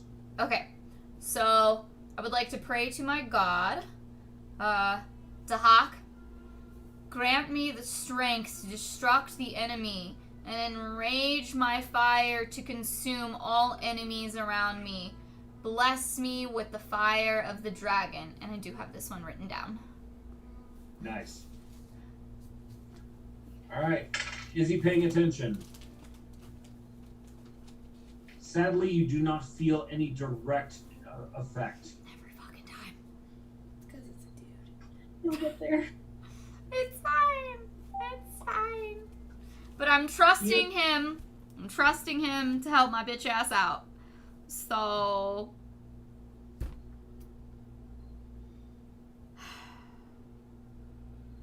We're gonna go with Burning Hands. It's 2 action points for a 15-foot cone with 2d6 damage. So, I roll my 20 with my spell attack. Oh, fuck me. I got a 7. A grand total of 7? Yeah, I rolled a 1. Oh, baby. Okay. Yeah, he really didn't fucking... He was like, fuck you, bitch. I ain't giving you shit. It's because it's a man. So, that 1 counts as a critical failure. So what happens when you light the fire off? The mist of acid that was still hanging about the air goes whoosh. So his acid breath is apparently flammable. Everyone make a reflex save. Let's see. Not Vivian, but Callie and Sephie. Or Thotianna and Sephie will need to make saving throws. For reflex? Yes. So 22. as soon as this thing's... Go ahead. 22. Okay. You see this fire coming, and you hit the ground fast. It goes over your head without dealing you any damage. There might be a couple hairs that got singed, but occupational hazard for you.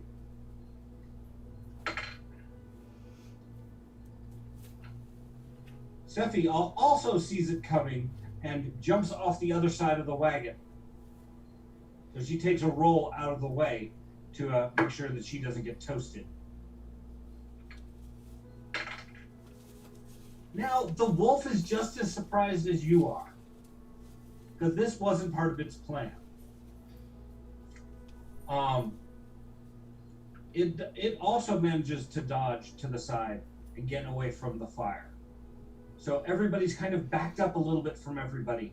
You've got like an extra 5 feet in between before you'll be able to re-engage in combat. All right. We are back to the top to Narri. Okay. You just had this accidental fireball happen right in front of you. The wolf is startled. Fireball! So... He backed up towards her, though, right? Kind of at a diagonal, so it's not right into her. Okay. But you're standing right beside him, and he has, let's see, he is so focused on the fireball that just happened on his snoot that He didn't notice. you've got a really strong opportunity here. Okay. Bet. Oof. I'll do my thing and see if I can if I can actually adequately stab him.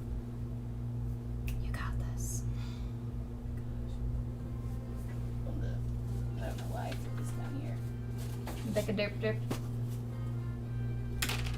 Ah. No!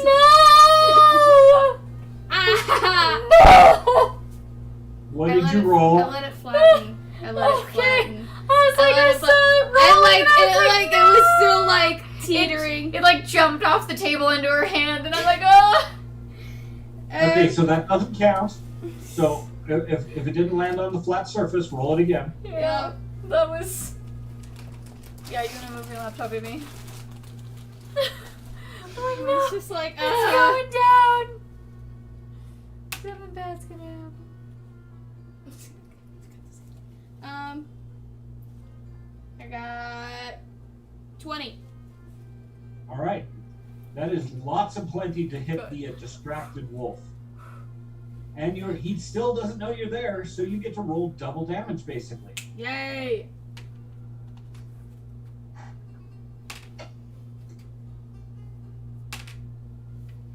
Six. 6 total? Yep. All right.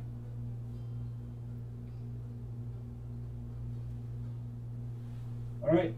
This guy is significantly hurt, but let's see.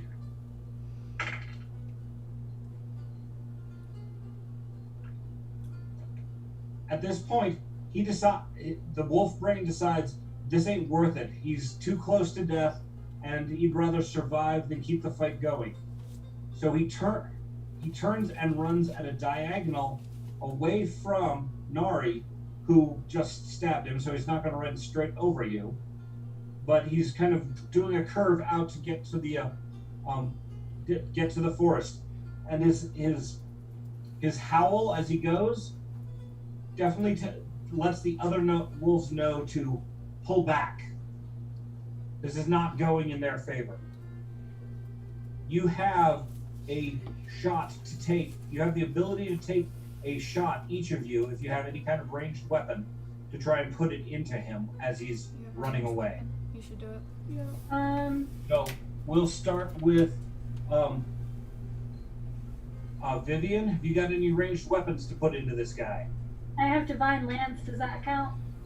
That counts. Okay, then I'm going to cast that.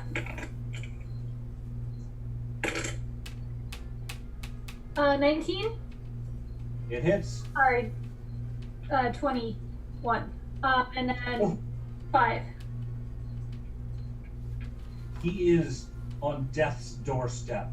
The lightning of the light, the holy light, hits him in this yellow glow, and you can see he's gets up and he's limping pretty hard. He can barely walk, but he'll probably still make it to the edge of the forest.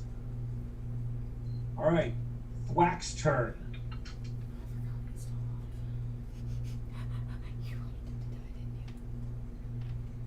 Screaming, "Motherfucker!" shoots his bow and puts an arrow right into the flank, killing it.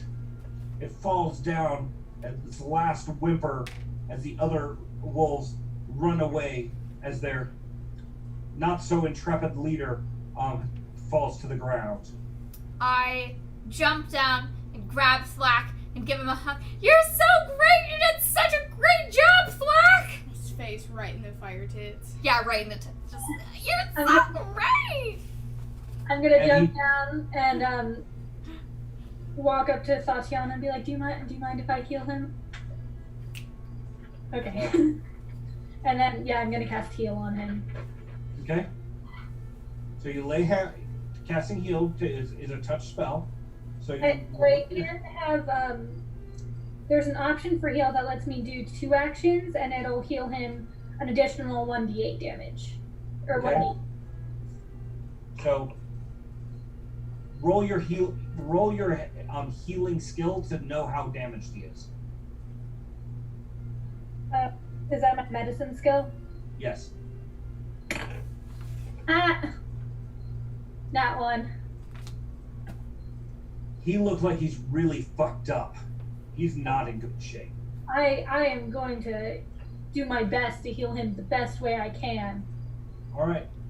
So you roll your 2 d8s. I got a 10. Just kidding.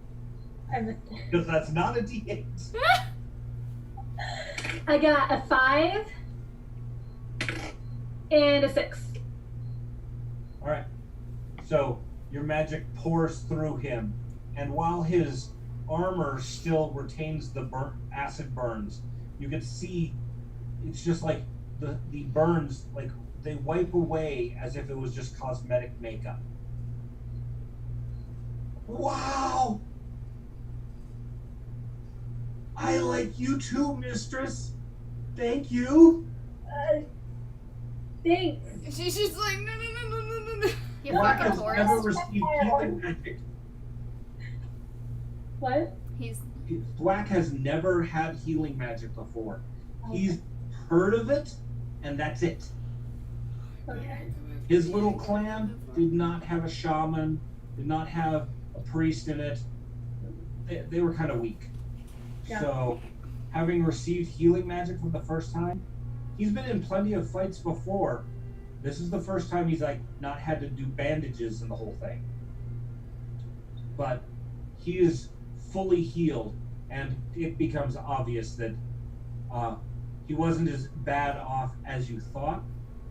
He wasn't on death's doorstep, but he is well and whole now. Okay. I reach over and kind of like pat Vivian on the shoulder, like, thanks. I don't say anything, I just kind of like nonchalantly, like, I appreciate you. Good job, Pat. Yeah, like, You are appreciated. I'll nod at Thotianna, and then I'll ask them if they want to go check out the dead wolf before carrying on. yeah, that acidic Yeah. one. We should definitely take a peep. Shall we All right. roll for perception? Well, let's be double checked. Okay. I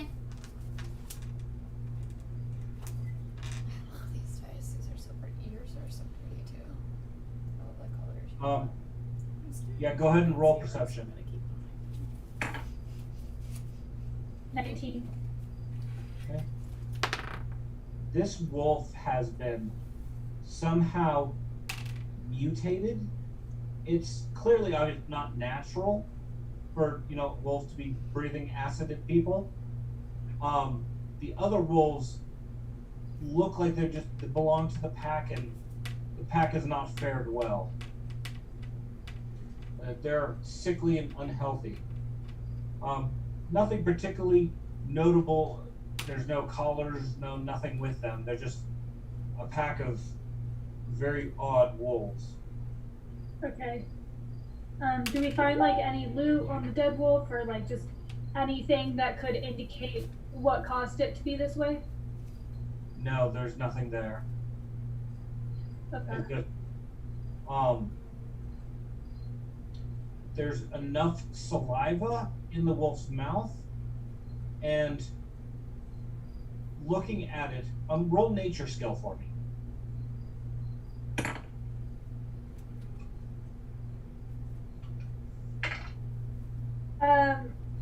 19. Okay. Between you and Sephie and Thwack, this is clearly something happened to this wolf somewhat recently. Because looking at it, it's got a bulge on the side of its neck. And opening that up, you find an extra gland attached to it that apparently is where all this saliva is coming from. The acidic saliva. And if with any survival skill, you would be able to maybe extract this and put it in a glass vial, maybe have it for and milk it for some heavy acid. I have survival skill as well as occultism, if that is something that we should look into. You can always roll it and see what you get. Which one should I roll for? Occultism to see what made it happen the way that it did, or survival to extract? You have a choice of doing either. Though Thwack Survival. does point out he has. Mistress, let me take care of this. Don't get your hands dirty. Oh, that's so kind of you. Well, I will roll for occultism then to see if this is something that happened from some weird shit. Okay.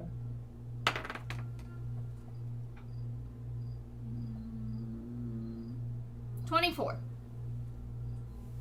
This is nothing you've ever heard of before through an occult means. Occult would cover deities and devils and strange interactions like this. This doesn't feel like that. Interesting. Okay. Thwack does able to successfully open up the wolf and extract the gland, and is able to. He pulls out a rough glass jar that has some kind of liquid in it. He opens it up, takes a good hard swig of it, pours it out, and drops the gland in. And then, of course, belches. You can smell ale, some kind of alcoholic beverage, but it doesn't smell like anything good. Kind of high on the alcohol content, though. Interesting. I'm gonna turn to the group and say, I am going to go check on the other caravan and make sure everybody is doing okay. And then I will turn around and walk away. Okay. So, Bort and Tamil are inspecting the caravan to make sure that everybody's okay. When the wolves charged in, they spooked the horses pulling the wagons. While the team masters kept them from bolting during the attack, the wagon right in front of you is pulled several feet off of the track into the muck, making it almost impossible to move.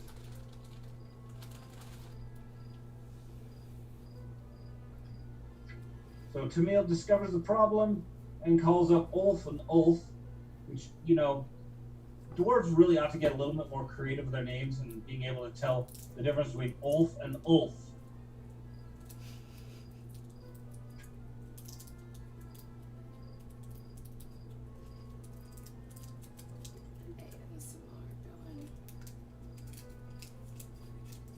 Checking my notes. They're having a hard time getting the wagon pulled out of the muck. This thing is well and stuck. Do you guys want to help? Yes. All right. Make a Yes. athletics check. Oh, fuck. Roll a d20 and add your athletics skill. I got shit. 15 for Thotianna. Shit. I got 7. What was that? Sorry, what was that, Vivian? 13. Okay. Narri? 7. Okay. I'm just obviously drinking. Sephie is trying to help, but not being very effectual. But Thwack, on the other hand, grabs Sephie's quarterstaff and uses that lever to add a little bit more weight. And it's the goblin's final push that gets it moving and out of the muck. They met between almost all of the caravan people who are not standing around with bows ready and waiting for the next attack. It takes all of the people to get that wagon out of the mud. Of course, that has to be the one that was carrying the iron ore. Of course. Good job, Black. You're so strong. Thank you, mistress.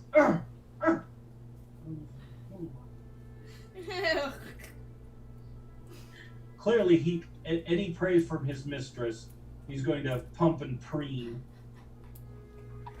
I love it. So- When he's pumping. So Bort, the caravan leader, he's checking on everyone's health. The twins, Ulf and Ulf, have sustained some minor injuries, which, you know, they're pretending to be more serious than they really are. Thankfully, nobody got hurt. You guys actually took the brunt of the fight. The the biggest wolf trying to come up from the rear, attacking the weakest part of the pack, and turns out the weakest part wasn't. It miscalculated quite a bit. Clearly. You He's very pleased, and he's going to thank you profusely. In addition to the hazard pay that he's promised, when you get to town, he's going to buy you dinner, drinks. That's all on him, and it's a fairly decent inn where you guys are headed. So this might actually be a pretty good meal. Definitely going to be better than what you had on the road. All right, let's take a quick break there, and then we will jump back in. All right.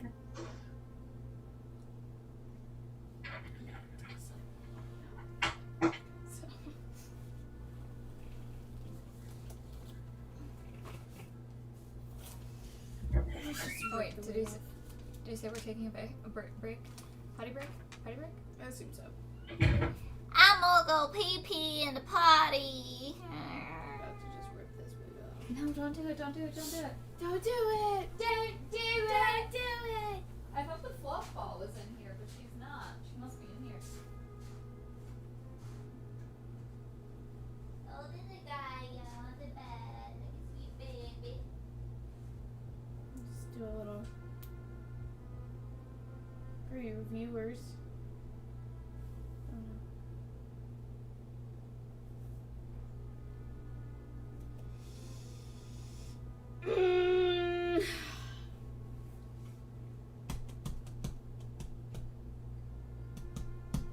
Let's see, who's all on here still?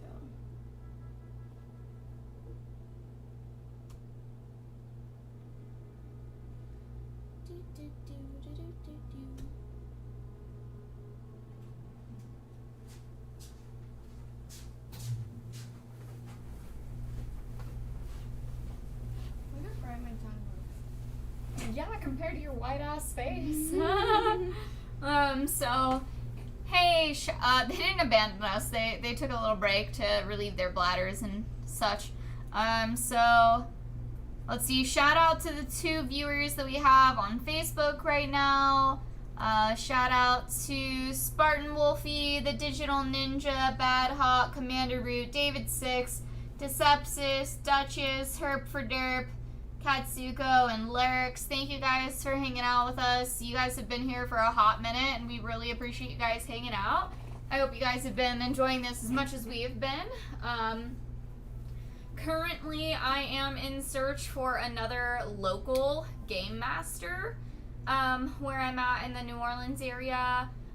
We'll be hopefully starting another campaign here soon with myself and Sinful Cosplay, potentially a couple other players. Luna may or may not join in with us, and this will actually be a full in-person game that we will probably stream, which will be really cool. So we hope that you guys stay tuned in for all the future sessions for this Pathfinder campaign, as well as any others that may happen in the future. Lots of fun things planned for us. If you guys have any questions about Pathfinder or our characters, or the sessions that you guys have missed previously, this is only our 3rd session, so you haven't missed a ton. 3rd? 4th? 3rd? 3rd. You guys haven't missed a ton, so if you want to be caught up, we've got a couple minutes to catch you up on anything you guys have missed. So hit us up in the chat, guys. We love having you here, but we also love to talk to you just as much as you love listening to us. So, drop that shit into cheese at. Yeah, and definitely ask us questions about our characters so that we can work on developing them. Yeah.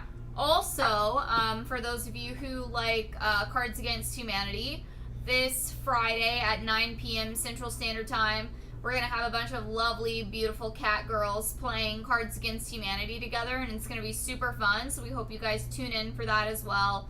Same place, just different time, different day.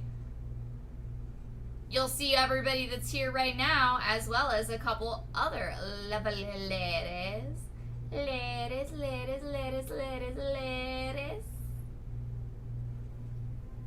Let me find a video real fast. You know the show Chowder? Yes, that's why I said that. Yeah, Mongol. Ladies.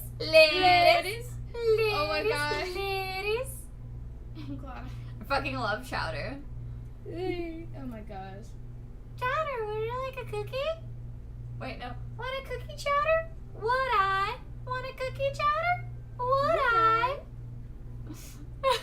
Ladies. Ladies. Yes, Chowder is great. If you haven't watched Chowder, Chowder's great. And kimchi. Because kimchi looks like a little fart puff. So that's what he is. I know, it's amazing. There's a little fart cloud following him around. Have you guys seen the Midnight Gospel yet? That one's pretty good. It talks a lot. It's like very philosophical. Like the first episode's about like psychedelics, and then there's an episode on death, and it like it's very deep if you like deep stuff, but it does it like in a cartoon, so it's like a comedy as well. It's really cool. And it's made by the creator of Adventure Time. Ladies. I'm trying to find them. Alright, are we ready to resume? Yes. Alright. So after the minor patching up and getting a wagon unstuck, the caravan's free to continue on towards Etrin's Folly, the town, more of a village in front of you. The journey only takes about an hour, and the wagons roll into town just a few hours before dusk. All the wagons head for the feed mill, which is the only inn and tavern in the small community. Most of the simple wood and thatch homes in Etrin's Folly look identical to one another and are in a similar state of disrepair. There's even some of the cottages that are completely abandoned with their thatched roofs having fallen in. This town's not looking like it's doing so well. Clearly they've got some socioeconomic problems.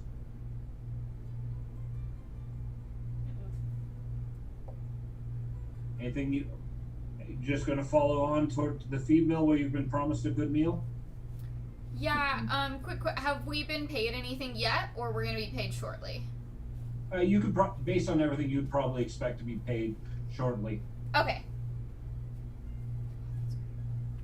Yeah, I feel like we'll probably just continue on. Maybe, I mean, I think I'd probably just be looking around, like, this is a very interesting area that they've brought us to. What's happening here? Maybe. So, the dwarf that was riding on the pony, circling the wagons earlier, he falls back to tell you about the place they're headed towards, called the feed mill, and looks around, just kind of shakes his head, and says this place is so damn depressing.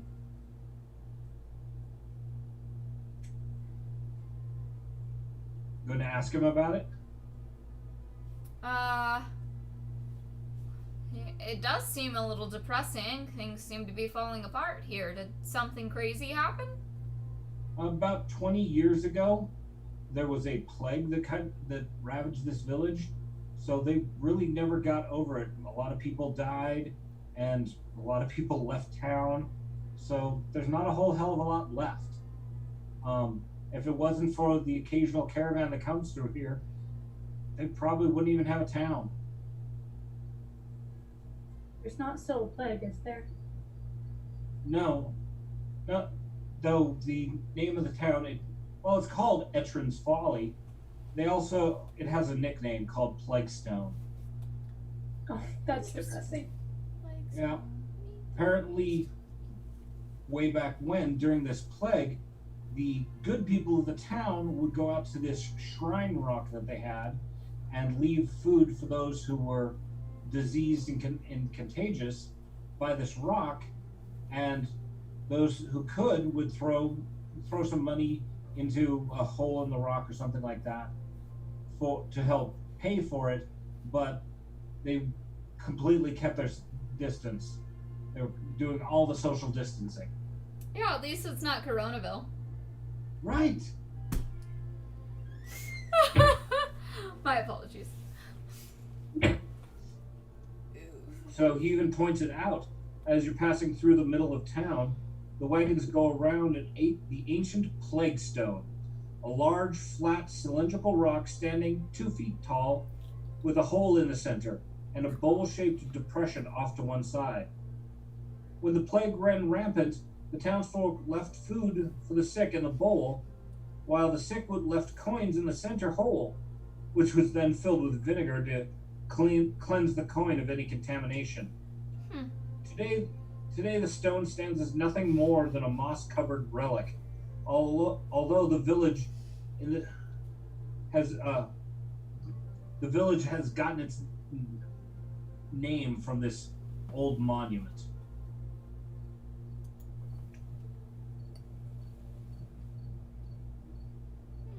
So upon arriving at the inn, a place called the Feed Mill, not a really great name for a tavern. Sounds like you're going to be eaten with the livestock, honestly. The tavern secure the caravan, and for the night, and Bort, he travels around town to conduct some business with some of the few crafters and family that are still here. Gives you a moment to explore the tavern or look around. Anything that you want to do, or are you just going to head into the tavern? What are your thoughts? How is our wagon looking after the acid that it received? Is it kind of falling apart? Should we consider getting repairs done? The sidewall board on the left-hand side is looking really weak. It'll, if anybody tumbles against it, it's not going to hold them in. It'll probably snap. So, getting a merchant, a simple craftsman to, pull that board out and put a replacement in wouldn't be amiss. Thinking about it, you might even want to put some more springs on that thing, but that would be a little bit more costly. How costly? Yeah, can you give us a quote? You ask around for a wagon right. He has a look at the thing and says, yeah, the springs on this thing are really worn out. I can put a new set on, but it might take a day or so. But the caravan usually stays a day. I could probably get it done before you guys are ready to go. You're not carrying much in this thing. I will charge you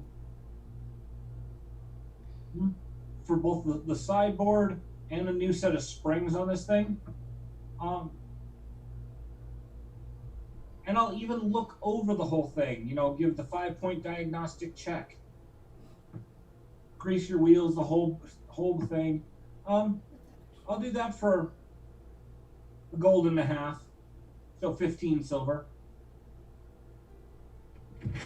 Deal. You got a deal. It's 5 silver. 1 gold, 5 silver. You gonna cover it all, or you want us to pitch in? I mean, I'm pretty set. I got you. Alright. So by doing this is going to make your wagon more reliable.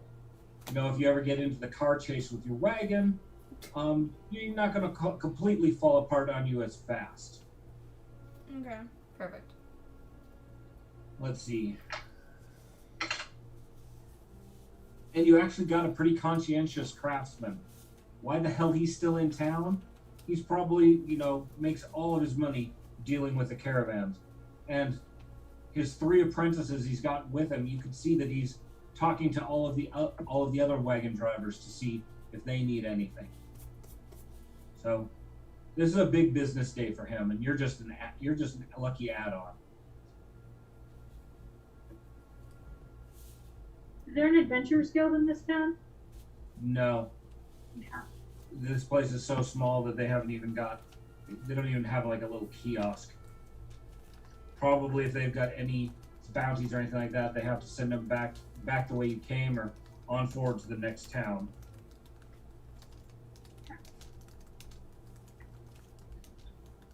What you're seeing, town looks mostly deserted. The only activity at this time of day really does seem to be around the feed mill, the tavern as they call it.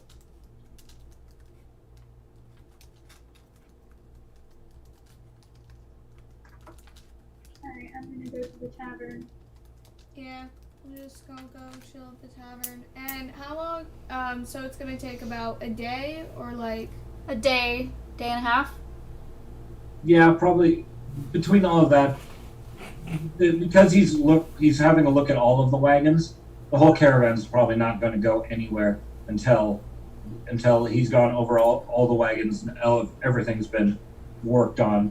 So it's not like you're going to be the anchor weighing the thing down. okay. So everyone's just kind of chilling. So is there anyone else in the tavern with us? Part of the caravan crew is there? Yeah, part of the caravan crew's showing up. Some of the townspeople, and there's a stable hand that greets you when you get to the feed mill, and offers to take care of your horses. Wonderful. Obviously, and the stable hand, they're more concerned about the horses than about you. Okay.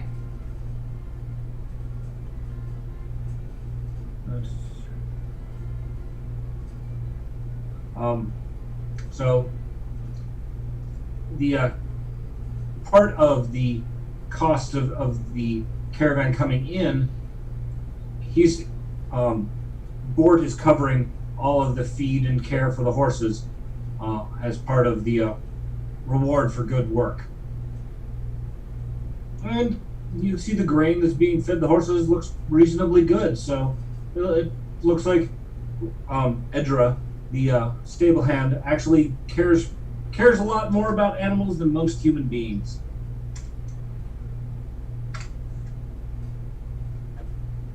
So she seems like good people.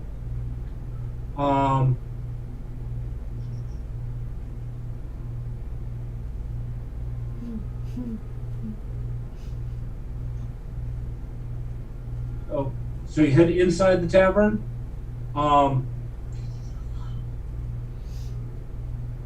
Right now, there's only one person inside of the tavern, at least sitting at a table. A giant, brutish-looking human. And there's a little bit of staff. Delma is appears to be the proprietor, and there's a goblin who's working on staff with them. Interesting. So this appears to be a more socialized goblin. There's almost like two categories of goblins. Those who've tried to enter mainstream society, and those who've stayed with their clans and living in the forest. Obviously, Thwack is a member of the clan goblins. This one, he's not done so well for himself. He's got a job working in a tavern. Doesn't look like he's starving, but doesn't look happy. He's kind of skittish.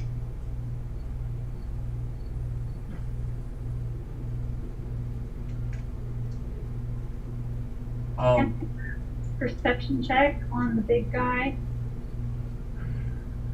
Like, I don't know if he's like from here or... He's a local, and he really doesn't want to talk much. Gotcha. Okay. And welcome to the town chauvinist. Oh. You're all ladies and Leaf, so he just kind of looks at you and spends more time focusing on Thotianna and Vivian's tits than actually paying attention to you otherwise, because, well, you got the boobies. And, you're probably much prettier than the average farm girl that they've got around here. The pretty ones left.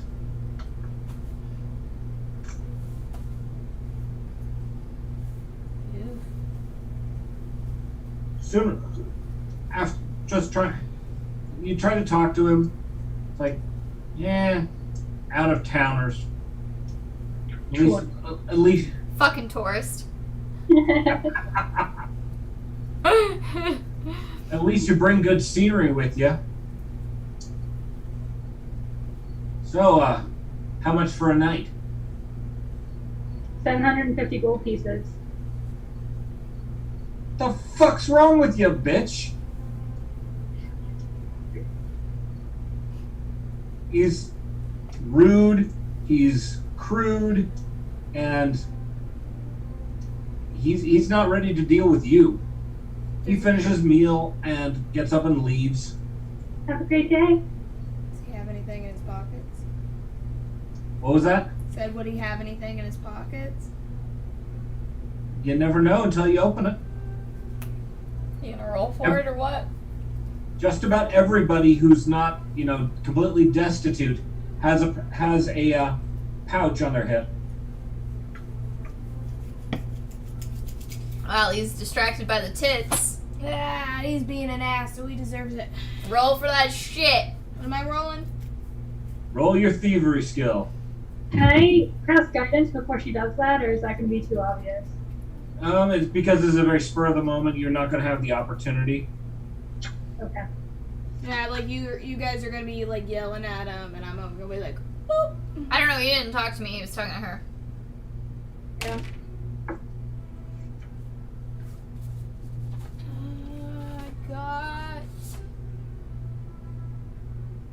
I got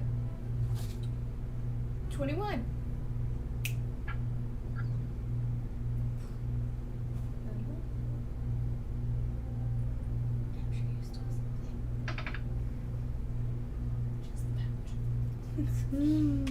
He doesn't notice you rifling his pockets, thankfully. But he hasn't got a whole lot on him right now. You can tell that, based on the size of him and the wear pattern of his clothes, often he probably carries weapons. Probably a fighter's harness to make accessible his weapons and keep whatever potions or whatever he would carry. That's a normal thing for something like him. But he's big, he's strong, and let's see.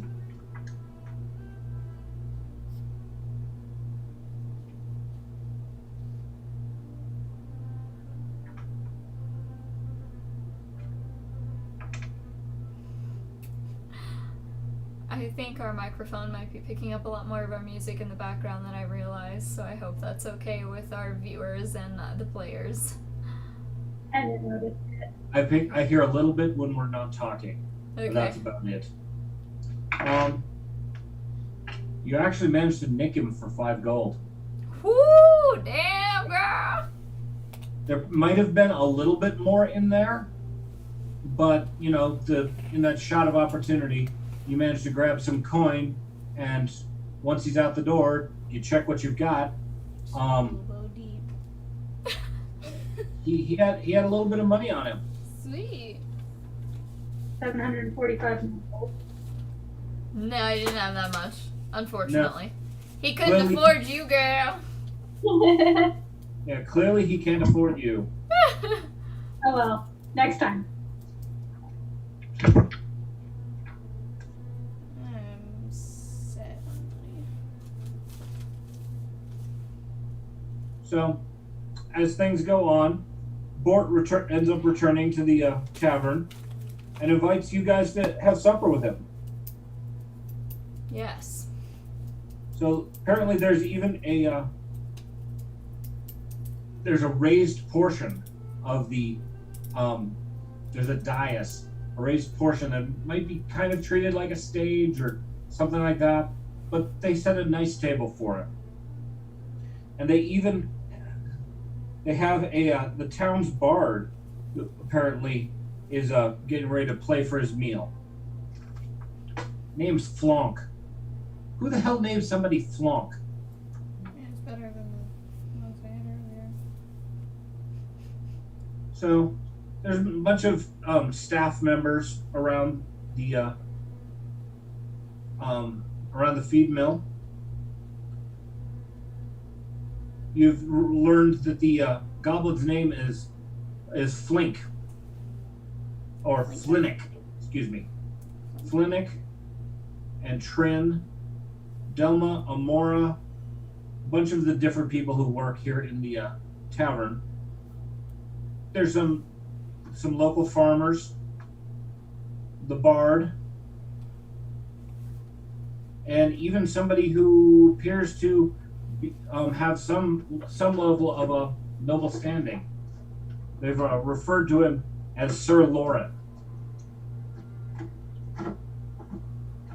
Some of the caravan members, Bort, Ulf, and Ulf, and you guys all getting to sit down at the upper table.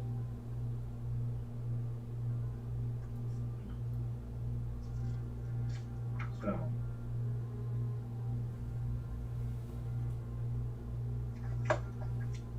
Double checking all my notes.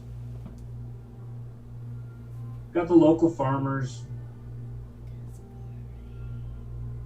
The staff is serving guests, while Delma and Amora, they're busy in the kitchen. Filmic, the goblin, is doing odd jobs, cleaning up this spill, dealing with whatever's going on. As you guys are served dinner, which actually turns out pretty nice. Apparently, having the caravan in town is kind of a big event, so they've put a little more effort into the meal tonight. We have a nice roast that's brought out. You actually have some good meat, homemade bread, a nice soup. Not entirely sure what the meat is, but everybody's eating it and it tastes good. Sephie is looking at all of this and just, pokes at this and that. Doesn't exactly know what to make of the beef. And, she's used to, get her nutrients from the soil. So if something's dead, it decomposes, and then she sucks it up through her roots. Putting it in her mouth? That doesn't work. But she's going to sit there and watch everybody. Quite happy to have people around.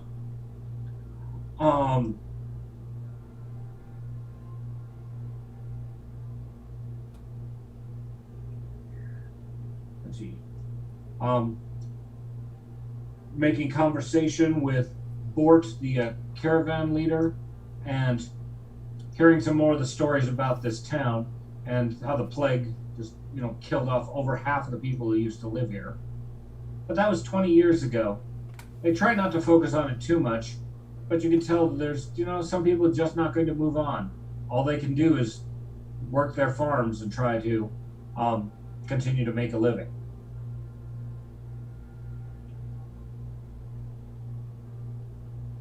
And there's some wild game with roast turnips and some kind of burnt seed cake. I'm not entirely sure. Is that supposed to be burnt? But it's tasty. Kind of like sesame seeds. Gross. I spit it out.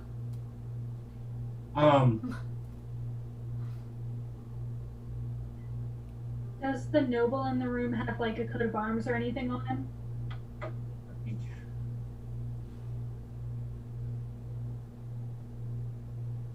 I don't know if wearing like a coat with arms on it is a good idea. That seems just like a little bit creepy. Most things ought to have arms. I'm just I'm trying to make a punny. You could like see like the gears turn with winter and then just zombie. A while to process things. A jacket with literal arms. Come on, man. A coat of arms? Like, you're killing me. Hello. But I want to see if I recognize the noble. There's nothing on him that particularly indicative of who he is. Okay. It's just people have referred to him as Sir Lauren. Would I recognize the name at all? No. Okay, I'm just gonna let it go. Those are amazing. Take my money.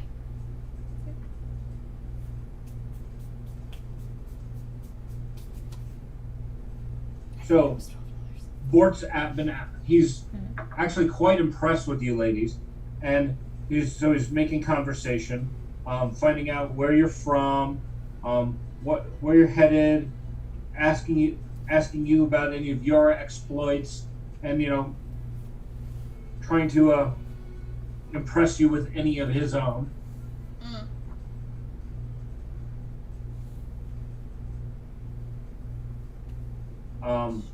You guys share anything real, or just make small talk? You have anything you want to ask him? Talk straight out of her, I guess.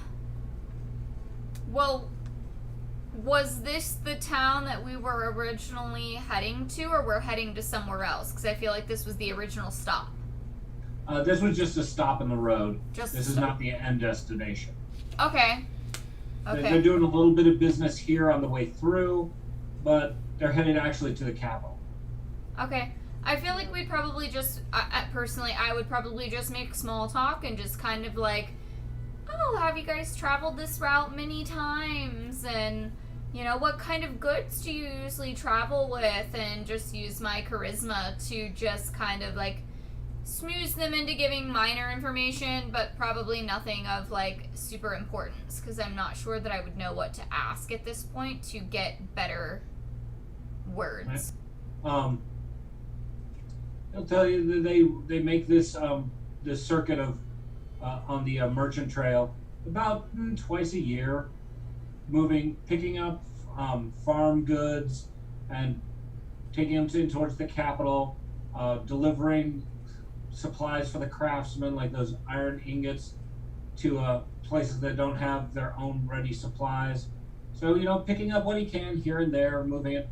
He's not working on anything that's particularly expensive. Nothing really important. So the people that we're sitting at the table with right now, I know there was mention of a noble. So is that someone that is kind of like the leader of the town that we're in currently? He hasn't said a whole lot, and actually he's kind of getting drunk quick. Okay. So can I like...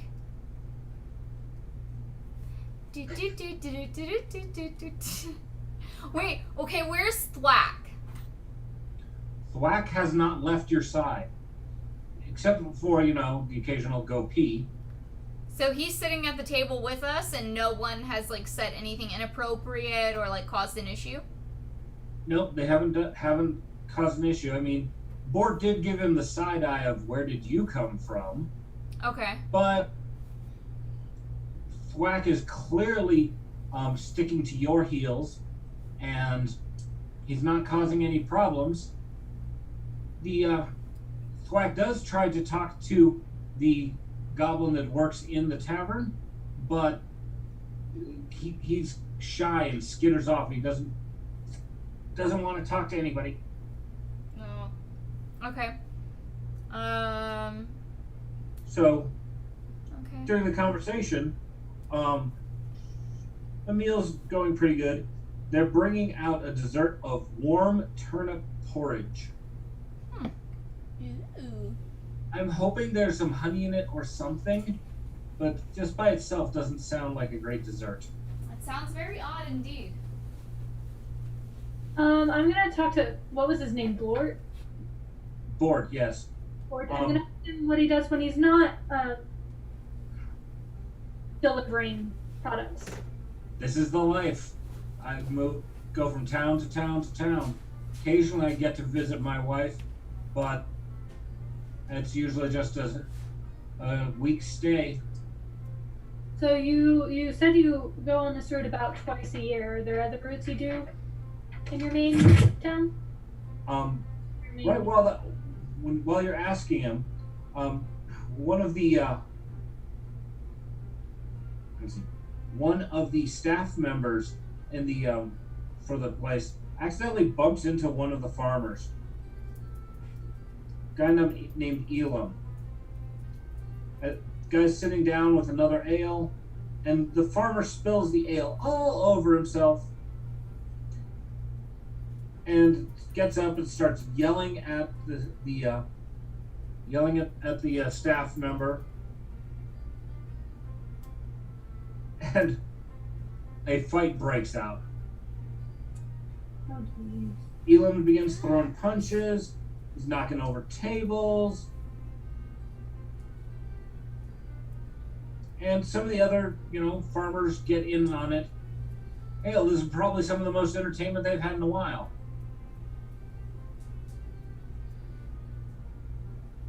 So, you guys stay back and out of the way as this goes on? Or do you want to get involved? I'm staying out of the way. I mean, would it be safe for me to try picking more pockets? You're going to pick some pockets. Alright? I don't got coin for nothing. Give me a roll and see what happens. Well, roll your thievery. Ah, shit. Nah, I feel I'm gonna get punched in the face as soon as I try to get by someone. 7.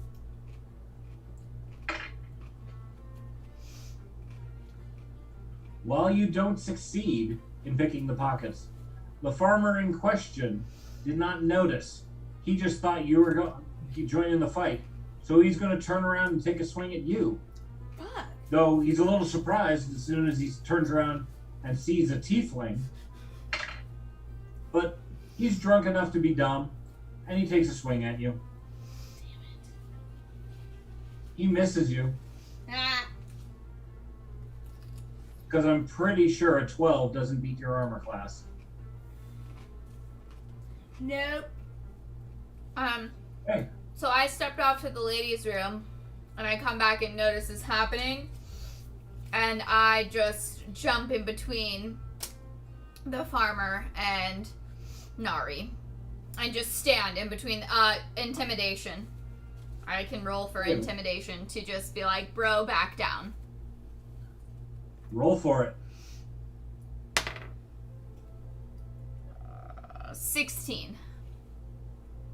I mean, he's drunk, so. He finds you scary. Not terrifying, but scary. Go sit down. Don't tell me you actually did that. Yeah, please don't do that. Because if I have to yell at you, I don't wanna. Alright. He just kind of stops with you in front of him. And, there's a little bit of fire in your eyes whenever you get a little angry.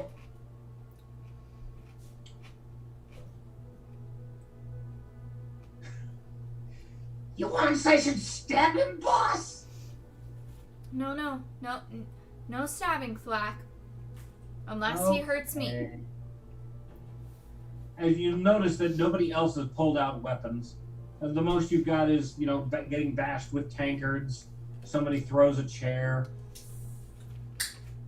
This doesn't look like where anybody's life is at risk. This is just, somebody might get knocked unconscious. Somebody's going to get a black eye. But you back the way out of the fight, I'm assuming? Alright. What is Sir Lauren doing? Is he fighting or did he leave?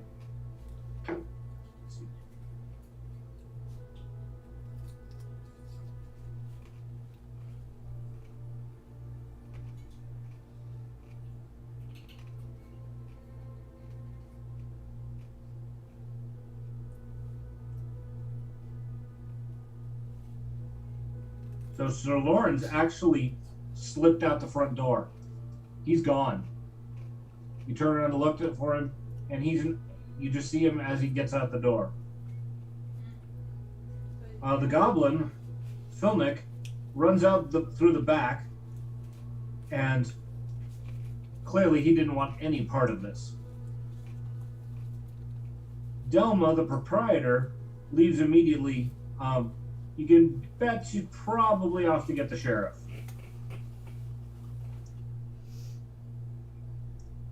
Bort, the dwarf, your friend, is trying to calm things down, but he's the one who got the chair thrown at him. So,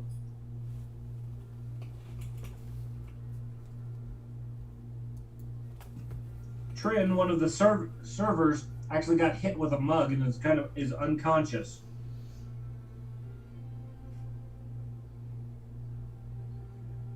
But the fight goes on for about 10 minutes, and through the front door comes Delma with the what appears to be the town sheriff. He gets loud and exhorts everybody to put that mug down. And it's very clear that this is not the first time he's had to, quell a minor fight at the bar.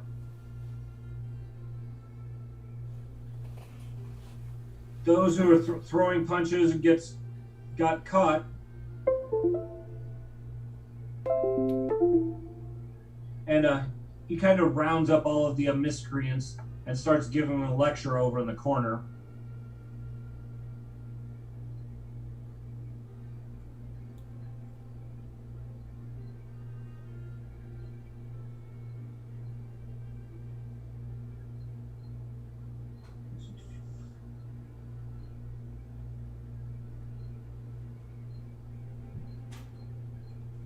The sheriff just kind of eyes the caravan crew and goes back to yelling at the local farmers who are mostly responsible for this.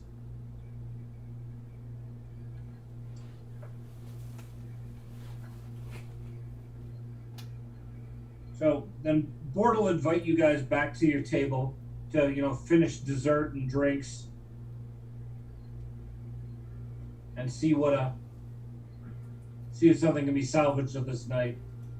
But, Hi, Brandon. Nice the to bard's have you. not very good at his job. He, didn't work the crowd all that great. I'm gonna tip him anyway. All I think of is toss a coin to your witcher. Yeah, if he was that good, he'd be getting a better job than this. Yeah, this guy's not so great. Yeah, I'm gonna give him a little silver piece. I'll give him a bronze. So Bort will tell you guys that he loves the turnip porridge here, and he explains an extra large bowl sitting in front of him.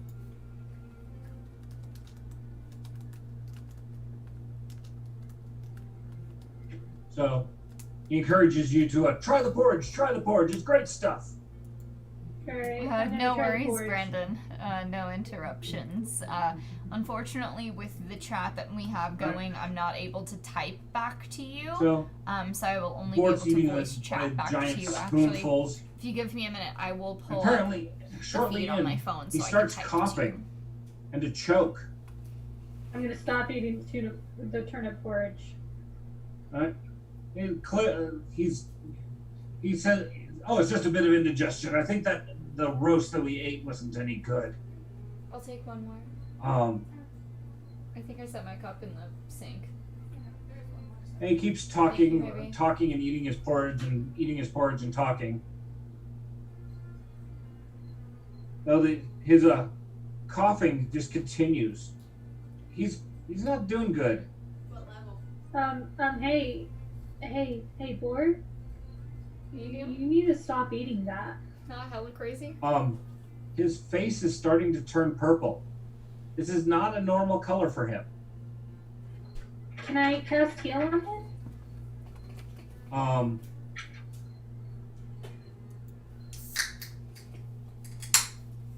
Is this an allergic reaction or is he choking? Roll medicine. That's the potion that I bought. Roll medicine? I can do that. Yep. Oh, fuck me. I got a 6. Damn. I roll medicine too. I was gonna say, I might have something. I don't know. You have That's fine. 3. Here, you want to roll your medicine real quick? Sure, hold up. You have 3 He's plus he's whatever you- frothing at the mouth too. I'm gonna give him my potion, my health potion that guards against poison. Ah. Roll. Lance. Oh yeah, no, he's It fine. That's increase fine. does your potion does help against poisons and so forth. We all rolled shit. I got a 10. Okay. Narri got 10. So yeah, our medicine rolls were terrible. Yeah, I just tossed in my potion, or one of them, which is sad that I had to waste one. What was it? Who all had got medicine rolls? And what was the highest number? Mine was 5. Mine was 10. Narri was 10. Hers was the highest. Okay. Yeah. It doesn't look like he's choking on anything. And he slumps forward on the table, his eyes just going wide, and wham, face down on the table. Oh, have fun. He's now face into his porridge. Did the potion? I grab his head and lift it out and turn it to the side so that he can breathe. Did my hit potion not help him at all? Not enough. Why'd you waste a potion on him? Can I get it back? Pardon? You're terrible! Why did you waste Don't it? be because he's the leader of our fucking caravan. Oh. I don't give a fuck. This bitch owes us money. Is he like dead? Should I stabilize him? Use your medicine check and try again. Okay, I'm gonna use my medicine check again. Big man. I got a little higher this time. I got 12. Okay. Anybody else try medicine? Well, at 12, you know he's dead. He's dead, so I can't stabilize him. Okay. Oh, I rolled a 7, so 7 plus Yeah, 8. 4 is still 11. I got 8. This dude's Wow. fucked. Yeah, we're just doing terrible. yeah, we're no help to fuck. He's fucking. Oh my god, he's dead. All right. We're all too drunk Oh. to handle his ass. You brought us to a tavern and then you died on us. Like, what do we? That was his plan all along. I need fucking guidance here. He's getting that insurance. No, I'm joking. What do I The do? I'm gonna look around. Sephie and Black Yeah. come up and look as well, Okay. and What stuff you got? he Yeah, wasn't sorry. choking, and his windpipe is swollen shut. He's been poisoned. Well, I want to look around and see who else, or if anybody else is reacting. Can I try picking pockets again to see who might have poison?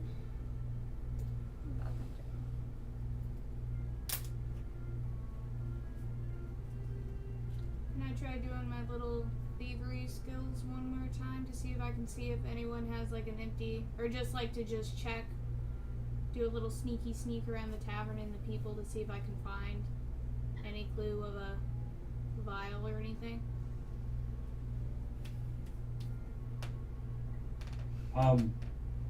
So far, nobody in the tavern has actually reacted to what's going on with Bort. This was very sudden, and it killed him fast. Fuck.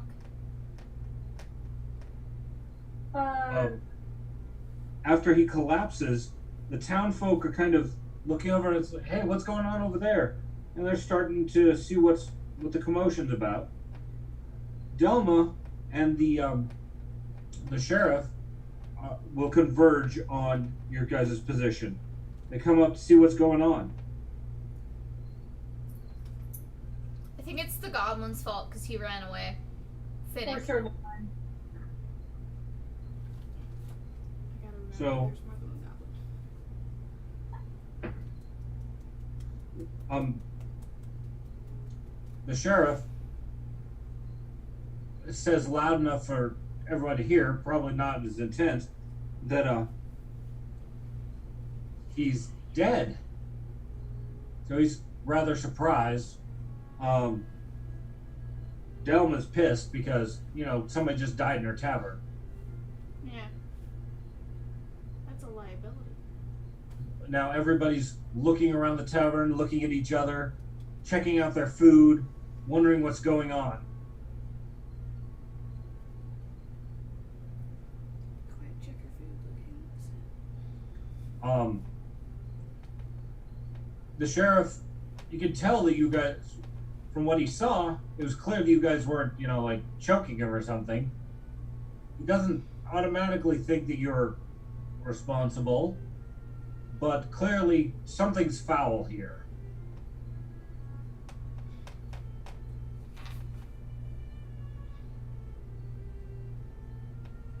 Can I roll to see, can I roll to see what kind of poison would cause the windpipe to swell up? Or to swell up? Don't roll for medicine again. Maybe I'll get lucky this time. We're failing. I got a 16? 16 is not high enough for you to identify what kind of poison it was. Okay. I don't know why I'm trying, but. Yeah, but yeah. Not even read.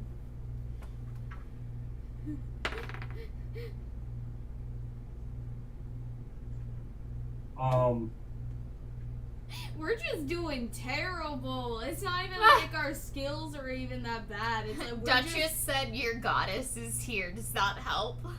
Oh yeah. Can I pray for God and be like, divine intervention. I don't think she knows anything about this. what the fuck just happened? That motherfucker died. Yes. Rolled that one. He is dead. That baby dead.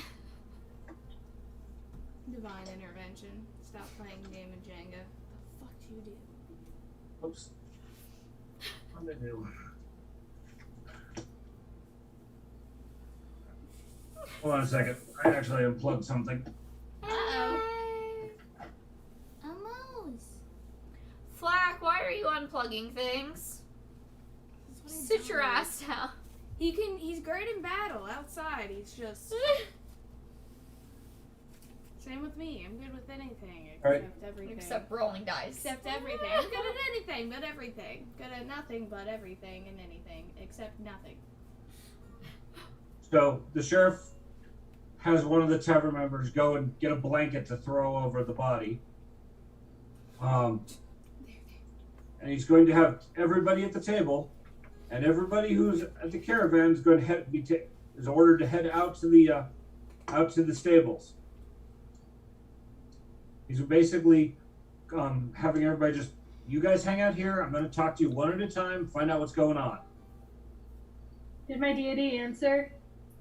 I don't know if she can help you right now. Duchess! If you could tell me what happened. Duchess! Roll! No. Make an announcement! Oh, Duchess, speak unto your children. Your child. AKA do that again because it didn't come through.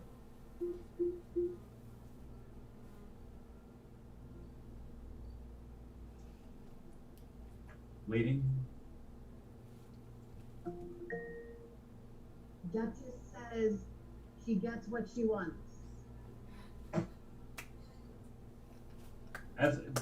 Our money? It's Our like money? rolling an 8-ball. You don't know exactly what you're going to get.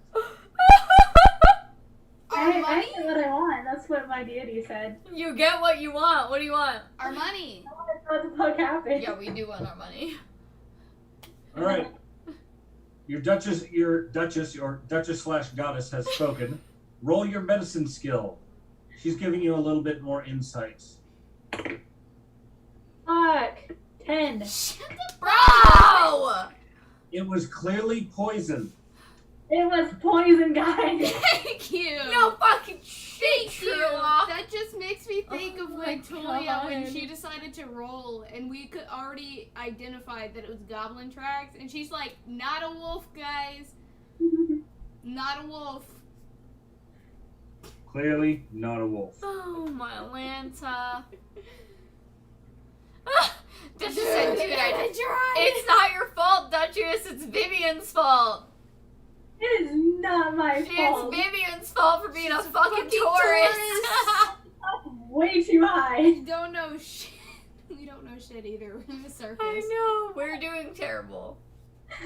Right. This So- motherfucking dead from poison. Checks pulse. He's dead. All right, Thotianna, you're one of the first people that he pulls outside to ask you, what did you see? What happened? What's going on? So, Well, I was you just... know, start by getting your name, what you're doing with the caravan. Deal. So, yeah. Well, my name's Thotianna, and, we are... My crew and I were from the Adventurers Guild, and so we decided to take on to help this caravan make it to where they wanted to go. And, you know, we fought some wolves and stuff, and then they were like, hey, we're gonna go to this tavern, we're gonna hang out, we're gonna eat some food, drink some drink, get some rest, continue to move on. And then we're just sitting there, enjoying a nice beverage, eating some good food. That bar fight popped off, which was ridiculous. But beyond that, I mean, we sat down, we were enjoying dessert, and this motherfucker just whoop, right in his porridge. I don't know what the fuck happened. I don't know. I'm hoping that we can figure this shit out together so we can catch that culprit. Right.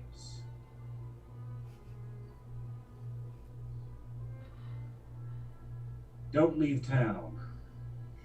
Well, I wasn't planning on it. I mean, our wagon. shit's being worked on. Tell him So the next one to get pulled in is Vivian. that. Oh, also, Vivian, you should know that apparently it didn't work out well with your god because they need more gifts at their temple and stuff. So, I'm working on making an idol for them. I haven't been able to. well, there you go. I bet us in the ass. Good The job. iron ore from the cart and use that. Okay, anyways. All right. So who are you and what are you doing here? I'm Vivian, and don't tell anybody this, but I think it was poison. I think it was poison. He gives you the dumb blonde look. So, What is it?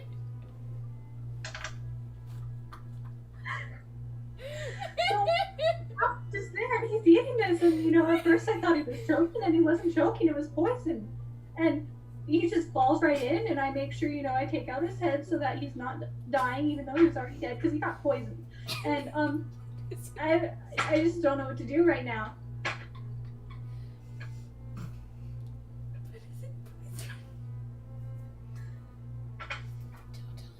So I'm going to be the nice DM for the moment and point out you gave him your real name.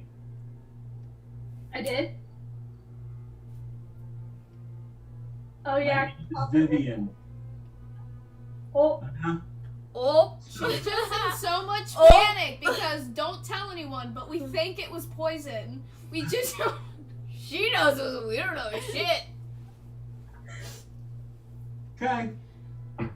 alright. Actually, You fucked up. That's what no, happened. keep it going. She fucked. Let's Yeah, go. I mean, you can't go back now. You yeah, already did don't it. be nice. She fucked. I'm the nice part is I'm telling you that this happened, and I haven't decided if he's going to, you know, put 2 and 7 together. I'm not roll for it. See, how much Yeah, does he roll know? for There's no adventurers guild in that town. it. But did the riders come through? Did he get handed one of those flyers with your name and picture? You remember, Potentially. I don't know. Your daddy's got a big, big name and stuff, so he might know the name if they're traveling people.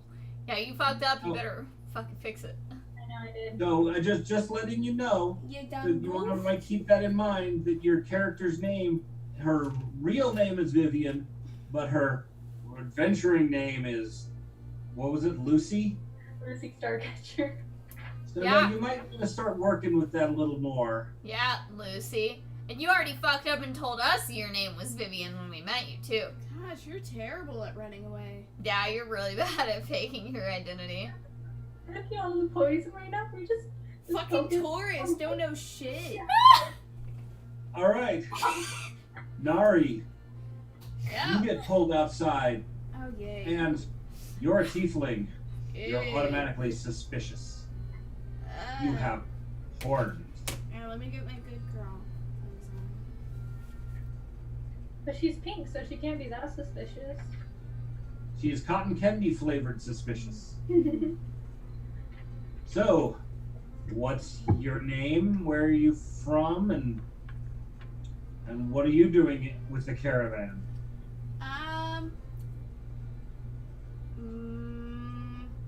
My name is Narri. Yeah, spell that however you want because I don't know how it's spelled.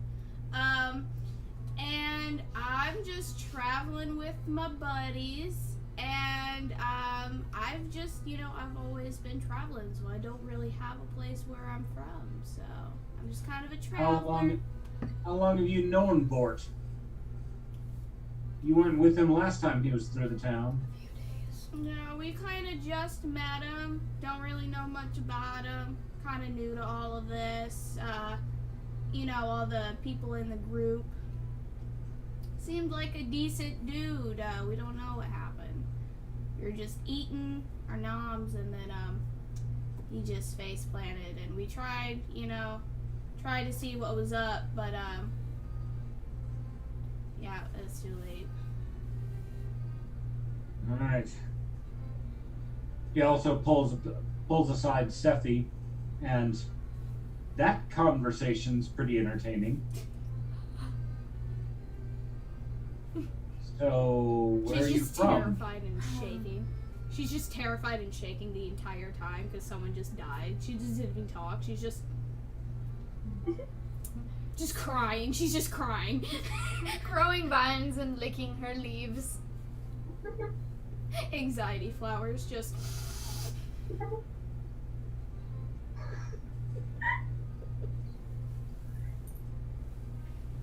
So she gives the sheriff the wide-eyed Sephie look. Hello. I'm just an innocent little leshy from the forest. I didn't do anything. Wait, she can speak? Please let me go. Her cuteness is painful. So painful. Like, go back with your people, little leaf girl. And last is Thwack. Oh god, fuck. Black. He would have poisoned If he Bort says anything, at a I'll fucking leave it his ass. What's a goblin doing with this caravan?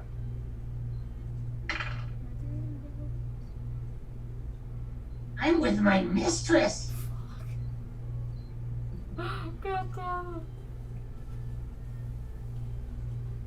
And the other one's really nice too. Oh, I like the horny one. The horny one. Oh, and the walking bush.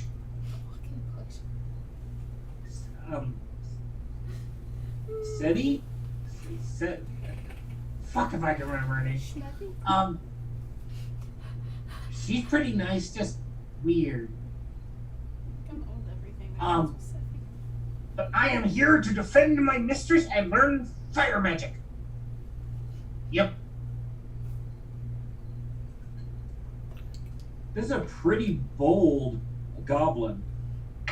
Clearly. He got balls. Big cojones. He's growing them for you. Clearly. You any relation to the other goblin here in town? Nope, different clan. He's ugly. Note, they're none of them very pretty. So, goblin standards of beauty, we haven't figured this out yet. So,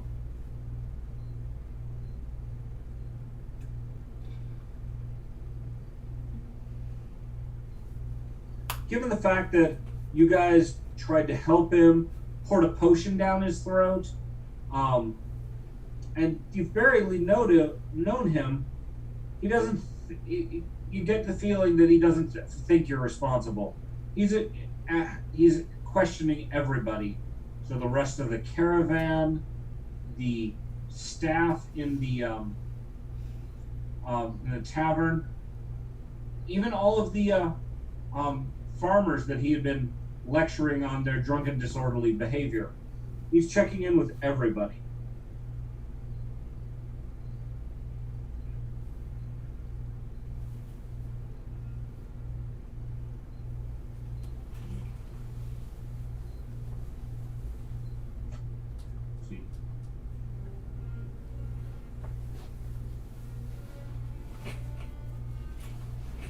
There's like a temple in town. No. This is small enough that they barely have, even a small shrine to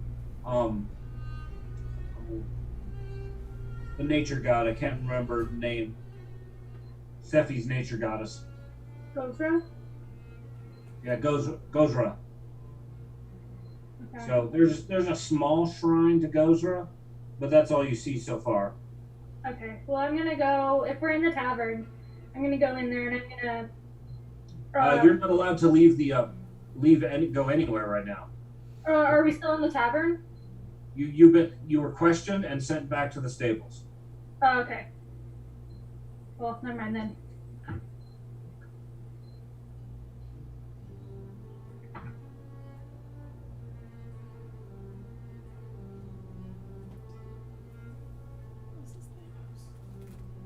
He's decided he's not going to try and lock everybody up, but he is going to continue investigating because clearly foul play was at hand. Clearly, it was poison. That's the goose. But was it poison, though? Delma's closing up the kitchen and sends most of the other townfolk home once the sheriff gives her leave to do so. Even her staff, the people who were working there, headed home to their own places. Trin had already ran out when the bar fight started, and Philneck is nowhere to be seen.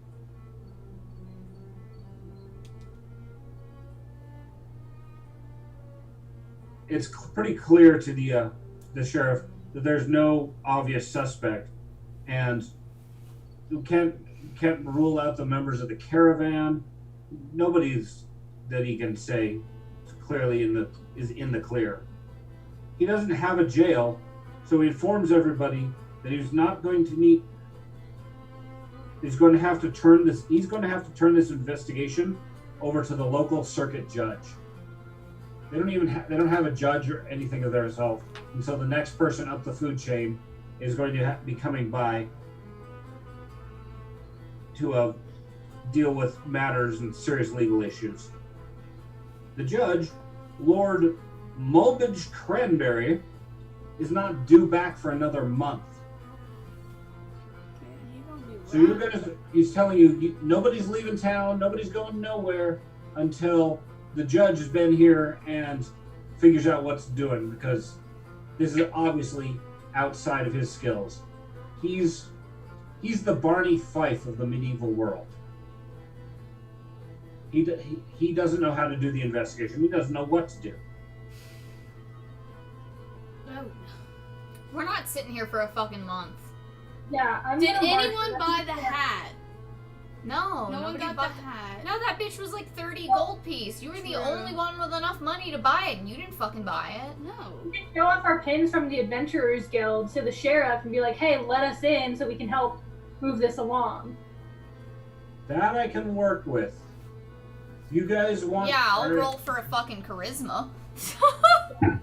I want See if at to least we can get out. Cause just be like, oh, there's something really, important. So I I would would approach him and I'd be like, hey, I understand what's happening here.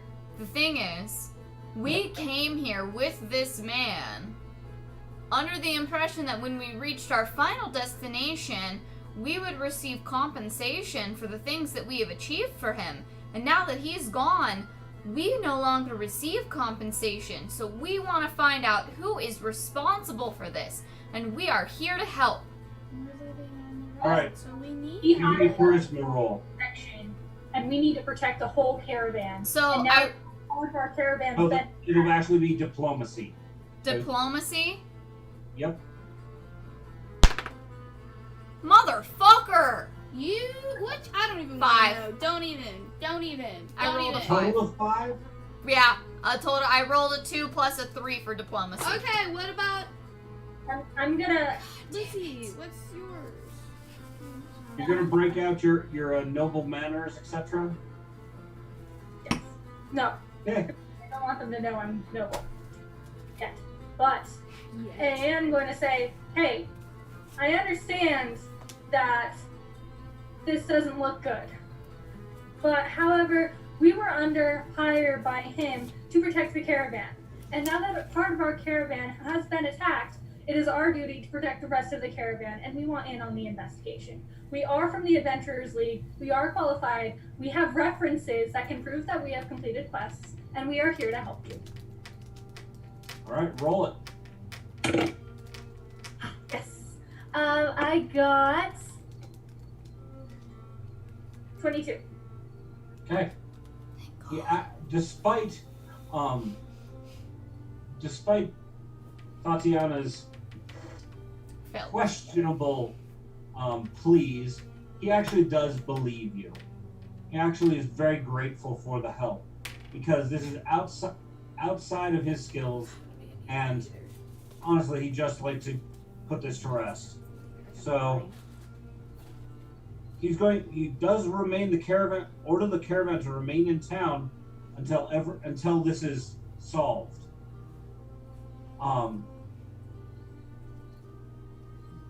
But he will give you ladies assistance, and he'll try to look into it, but you don't feel like he's got the skills to do it. Okay. I want to say I turned to Thotianna and Narri. I really want to take a look at the goblin that left and Sir Loris that left shortly before the bar fight. I think they may have had a hand in it, since we didn't see a reaction from anyone else in the bar prior to his poisoning. Or during his poisoning. Okay, so while you're talking, Bort's body is taken down to the cellar to keep it cool. Tamil, who is with the caravan, they gather to have their own little private ceremony.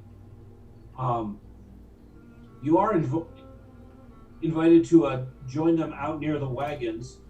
It's a very somber occasion, and they all knew him. He was their leader. They don't know where they're going to be doing now, and so their future is very uncertain. Do you want to join them?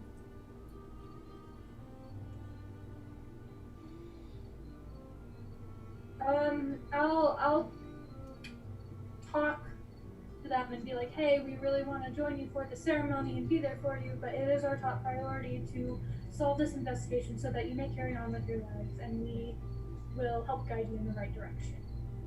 Okay. And then I walk off.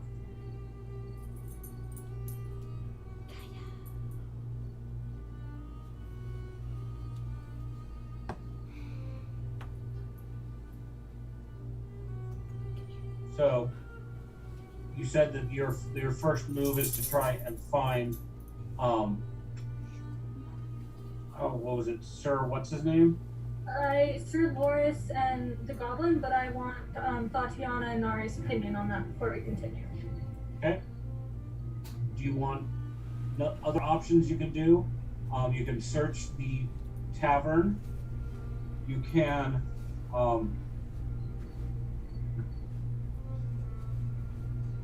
search the tavern, go looking for people. Well, Most everybody's been sent home, so you're gonna have to find out where they are. So, Thotianna and Narri, what are your ideas you want to do? while where are they having their little ceremony? Out by this where they parked the wagons, just outside the stables. Okay. No one else is gonna be there. It's gonna be really quiet. Say, because like even though they are, you know, obviously mourning, I would want to check their stuff to see if would be anything suspicious. So you're looking at trying to rifle the wagons? Oh! Yeah. During their ceremony? I mean that's when That's what a tiefling does, clearly. Stay hidden. Don't let them see you. Like, there's part of me that feels like we should separate, and the tiefling wants to go to the ceremony, and you guys would be Vivian kind of wants to go do investigation of the people, and I kind of want to go back to the bar and see if there's any clues I can find.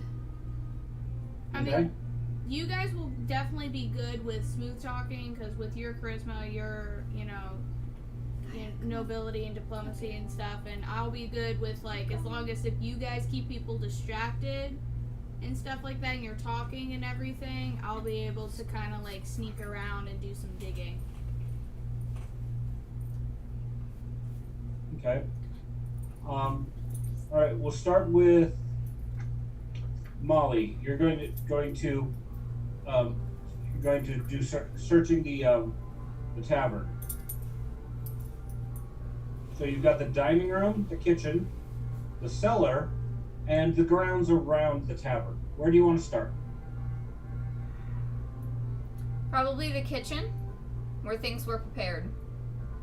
Okay. So, pretty standard kitchen. It's got all the cooking utensils for making the food. Kettles, skillets, knives, mortar and pestle, roasting spits, sieves, even a butter churn. Roll me a perception.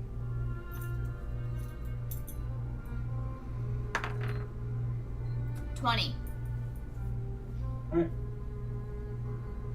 So, the turnip porridge kettle, the kettle that was used for the turnip porridge, is sitting on the counter next to the large bowl that Bort was eating from. Somebody's brought it back here to the kitchen.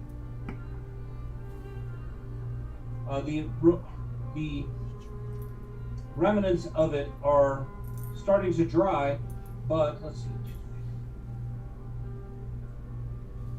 Bort's bowl smells different than what the stuff that was in your bowl. There's a faint floral smell.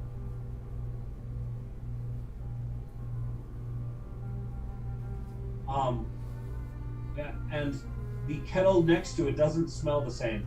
So clearly there was something in Bort's bowl. His bowl specifically, and no one else's.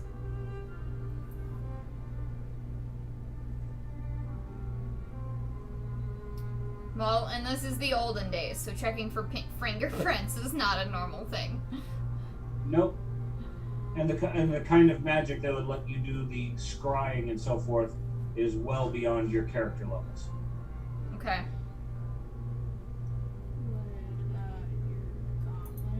Do you want to search the kitchen further? Where's Thwack? Standing right next to you.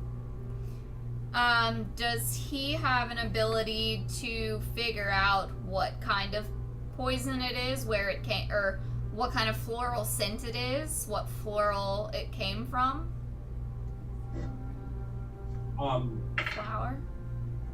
He uses sniffer, but all that he comes up with is that it doesn't. He sniffs around in the kitchen using his pointy little goblin nose, and none of the other spices in here match that smell. There was anise was used in the mortar and pestle. There's ground clover, but yeah, nothing that matches this. So whatever it was, it's not here now. But he doesn't recognize it himself. I'm thinking maybe we should go down. Did you say there was a cellar? Yes. Maybe we should check the cellar to see if he can recognize the same scent in something else in the cellar. Okay. Could be off in the forest, but... So you go down into the cellar, and it's got a large number of casks of ale and a few bottles of wine. Looks like they might have, maybe 6 or 7 bottles of good stuff, or at least better stuff than the ale they serve most of the time. This is where they stored Bort's body to try and keep it cool. Give me another perception check. 17.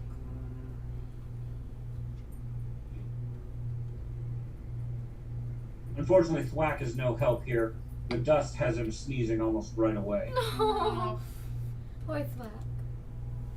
So, the odd part about Bort's body is he's turned an odd color of blue.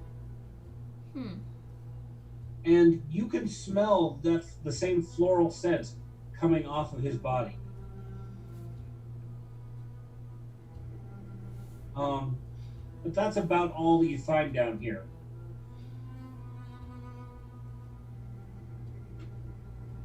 So you've got the dining room and the grounds around the tavern. It's got to be in the grounds around the tavern. Okay? Don't know why any of it would be left in the dining room.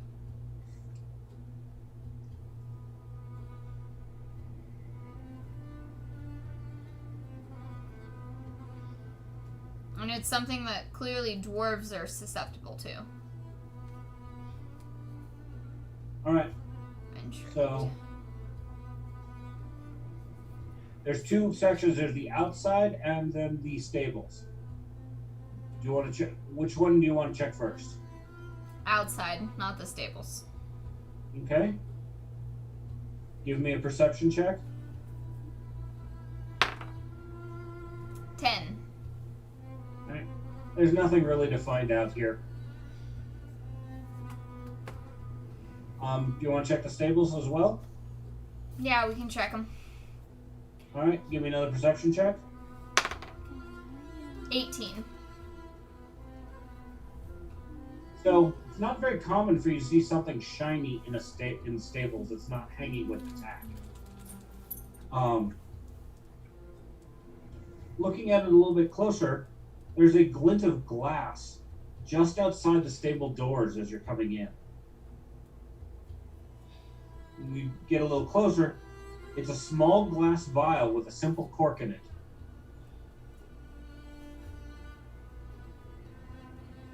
It's empty, but there's a little bit, dregs on the sides.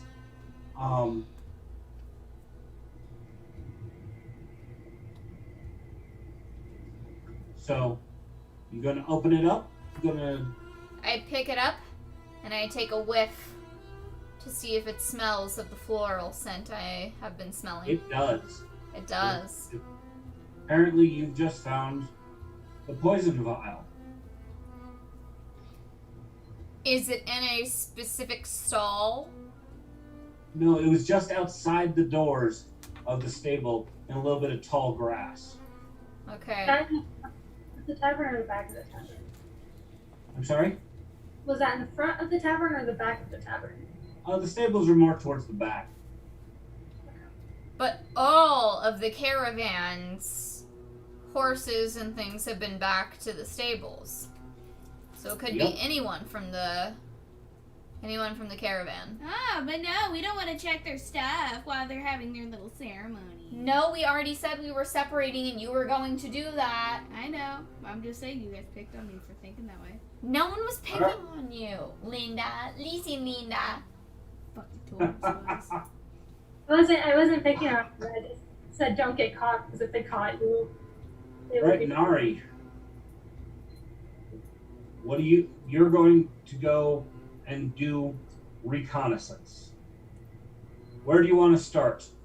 There's 6 wagons other than your own. Okay. The lead wagon was it's almost like he built a cabin on top of the back of his wagon. So he obviously lives on the road, and this is his mobile home. Yeah. This is where Bort stay.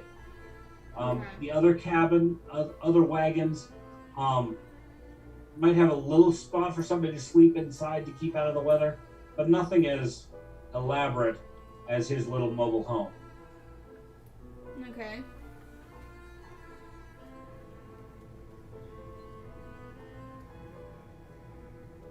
We can check that first, I guess.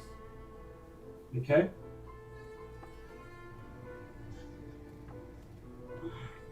So you go inside, and well, you go to check it. Of course, it's locked. Are you going to pick the lock or find somebody to open it for you? And I'll pick it. All right. Roll thievery. I have a 1 in thievery. Like, I will never roll for that. Not your skill set. Not mine. Nope, not at all. Didn't have that one. I got 19. All right. You succeed in opening the lock. Give me a stealth to see if anybody hears you while they're having their little bonfire ceremony next to the wagons. So am I doing the same time? So, yeah.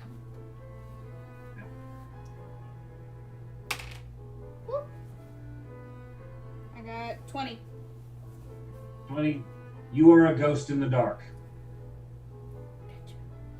All right. Literally. So inside you find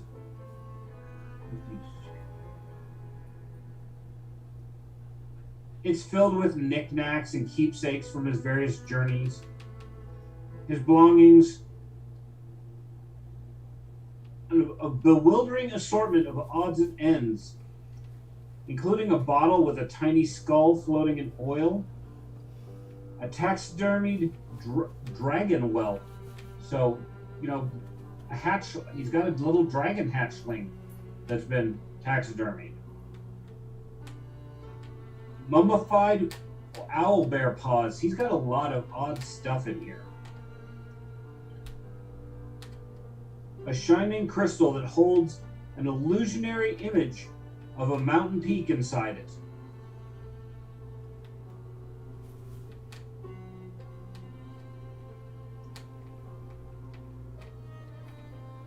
There are also his ledger books talking about his accounts and who owes what to whom, etc.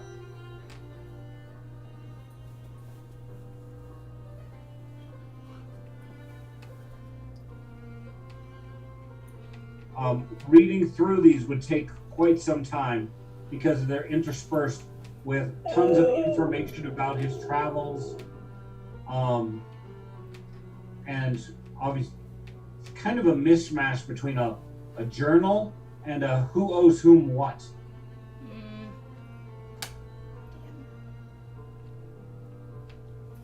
And my character can't read anyway.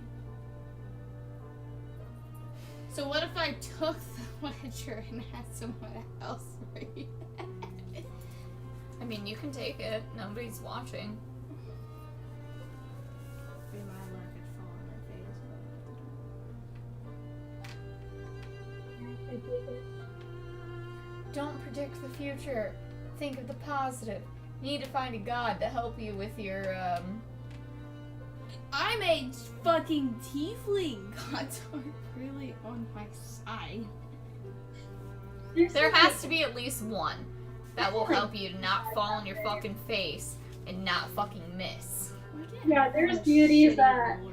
You have shit aim. There is a deity for, I believe, rogues, and there's a specific one for assassins as well.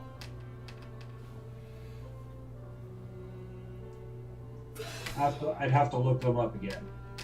Are you going to take his books so that you can, peruse them at your leisure, Or have somebody who can read do that?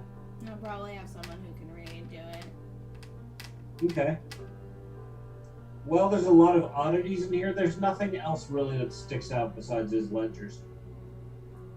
Which I think would be important to go through at some point, because if we find out who he maybe he owes money to somebody that he hasn't paid up to, and that's Or why they maybe killed him. someone else in the group is like, you know. Okay.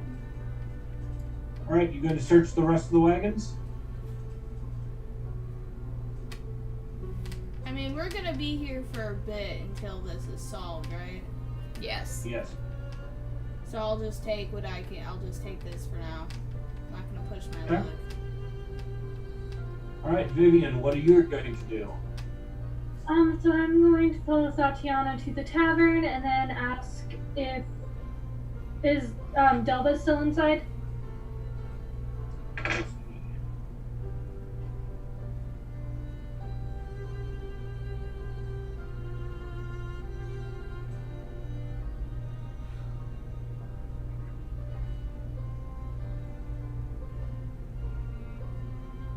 She is. Okay. She's glad she lives on the premises. Okay. I'm gonna ask her what the goblin's name is and where I can find the goblin. Philnick is the goblin's name.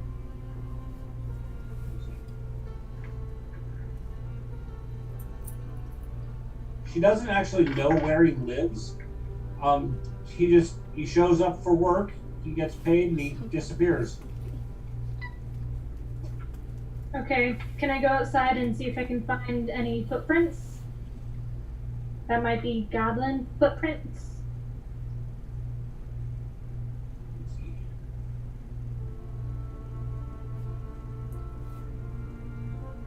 Nobody go get my sleeping.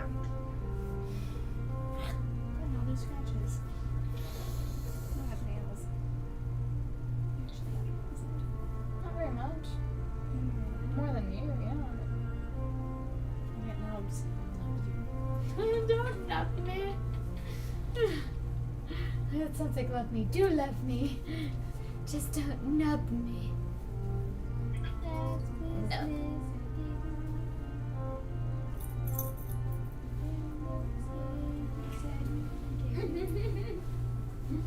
Let's see. No, there's no notable tracks outside at this point. Okay. It is starting to get late into the night, and most people are headed off to bed, except for the caravan people who look like they're going to hold an all-night visual and drink themselves into a stupor from the looks of it. Okay. Do you think there's really any way I could get a hold of Philnick right now? I muted it. You don't have anything to go on. Okay, I'm gonna go back to the caravan and start chatting or not the caravan, but the ceremony, and start talking to the people and Okay. asking how long they've worked for Boar and like what he was like and stuff like that. And if they frequented this town often and what they thought about the locals and particularly Philnick and Lord Loris or Sir Loris.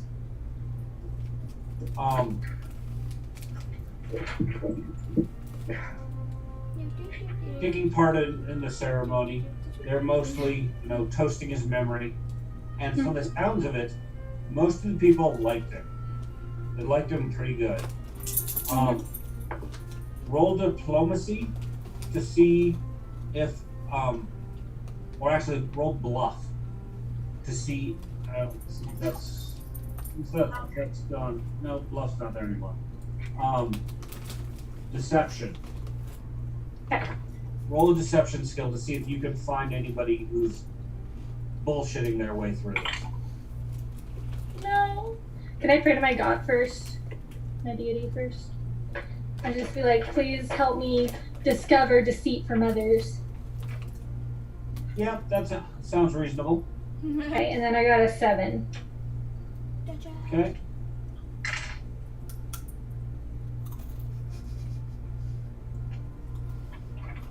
your god is entertained by your efforts, and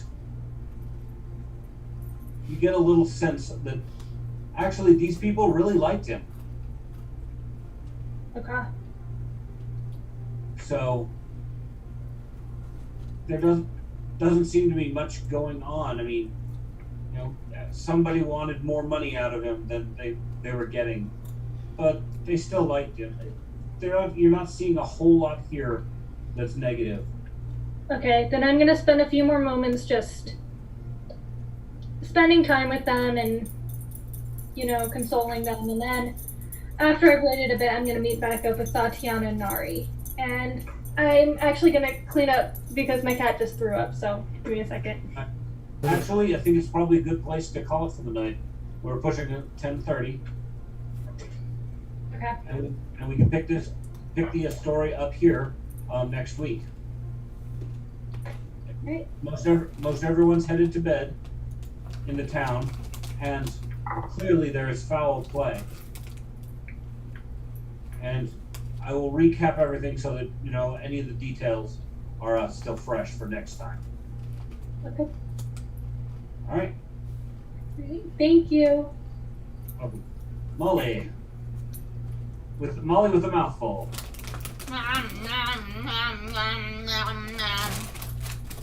You saw nothing. Let me roll a stealth skill. It'll be nothing because my stealth is a 1. I gotta go. Good night. All right. As soon as I'm done chewing this fucking pretzel. Flack thinks mistress is the best thing ever. Here's a pretzel, Flack.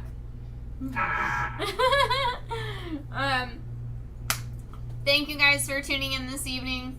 I know it was a long 4.5 hours approximately, probably about 4 hours that we were actually live with you guys playing this evening. So we thank all of you for tuning in for the whole game, hanging out with Thotianna, Narri, our game master Patrick, Winter, the fucking tourist Vivian, or whatever else her other name is that she is doing a terrible job at going by. Lucy, Vivian. I don't know. She fucking introduced herself to us as Vivian, so she done fucked up like multiple times. No, she's fucking Taurus to me no matter what she is. Unfortunately, You as the professional thief would know. It's like, oh dear God, she can't lie for shit. Unfortunately, our lovely Leshy had to leave early this evening due to some personal issues that popped up, but that's okay. She got some things taken care of for a friend, and she'll be back with us, I'm sure. So ultimately, thank you guys again for tuning in. We will be back this Friday at 9 p.m. Central Standard Time playing Cards Against Humanity. And again, you guys can find us here every Tuesday at 7 p.m. Central Standard Time for our Pathfinder campaign. Again, if we are changing days or times, you can find that out via Facebook or Instagram, so don't hesitate to pop in on the things. If you guys have any questions, you have about 30 seconds to drop them in the chat before we say good night, bon nuit, hasta mañana, etc. Bon nuit.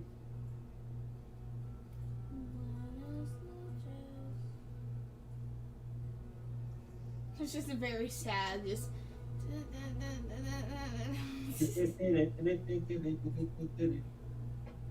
It's more fun when you do it. I would also like a soft pretzel with cheese. That would be phenomenal. I want a cinnamon pretzel from Auntie Anne's.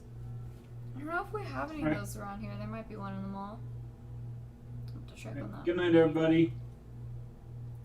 Good night, Sir Patrick. We shall see you soon. Good night, sir. All right. Well, that does the thing, because as you guys see now, you're looking at that screen, and that's not the screen you want to be looking at. So we're going to say goodnight right about now, and we're going to see you guys later.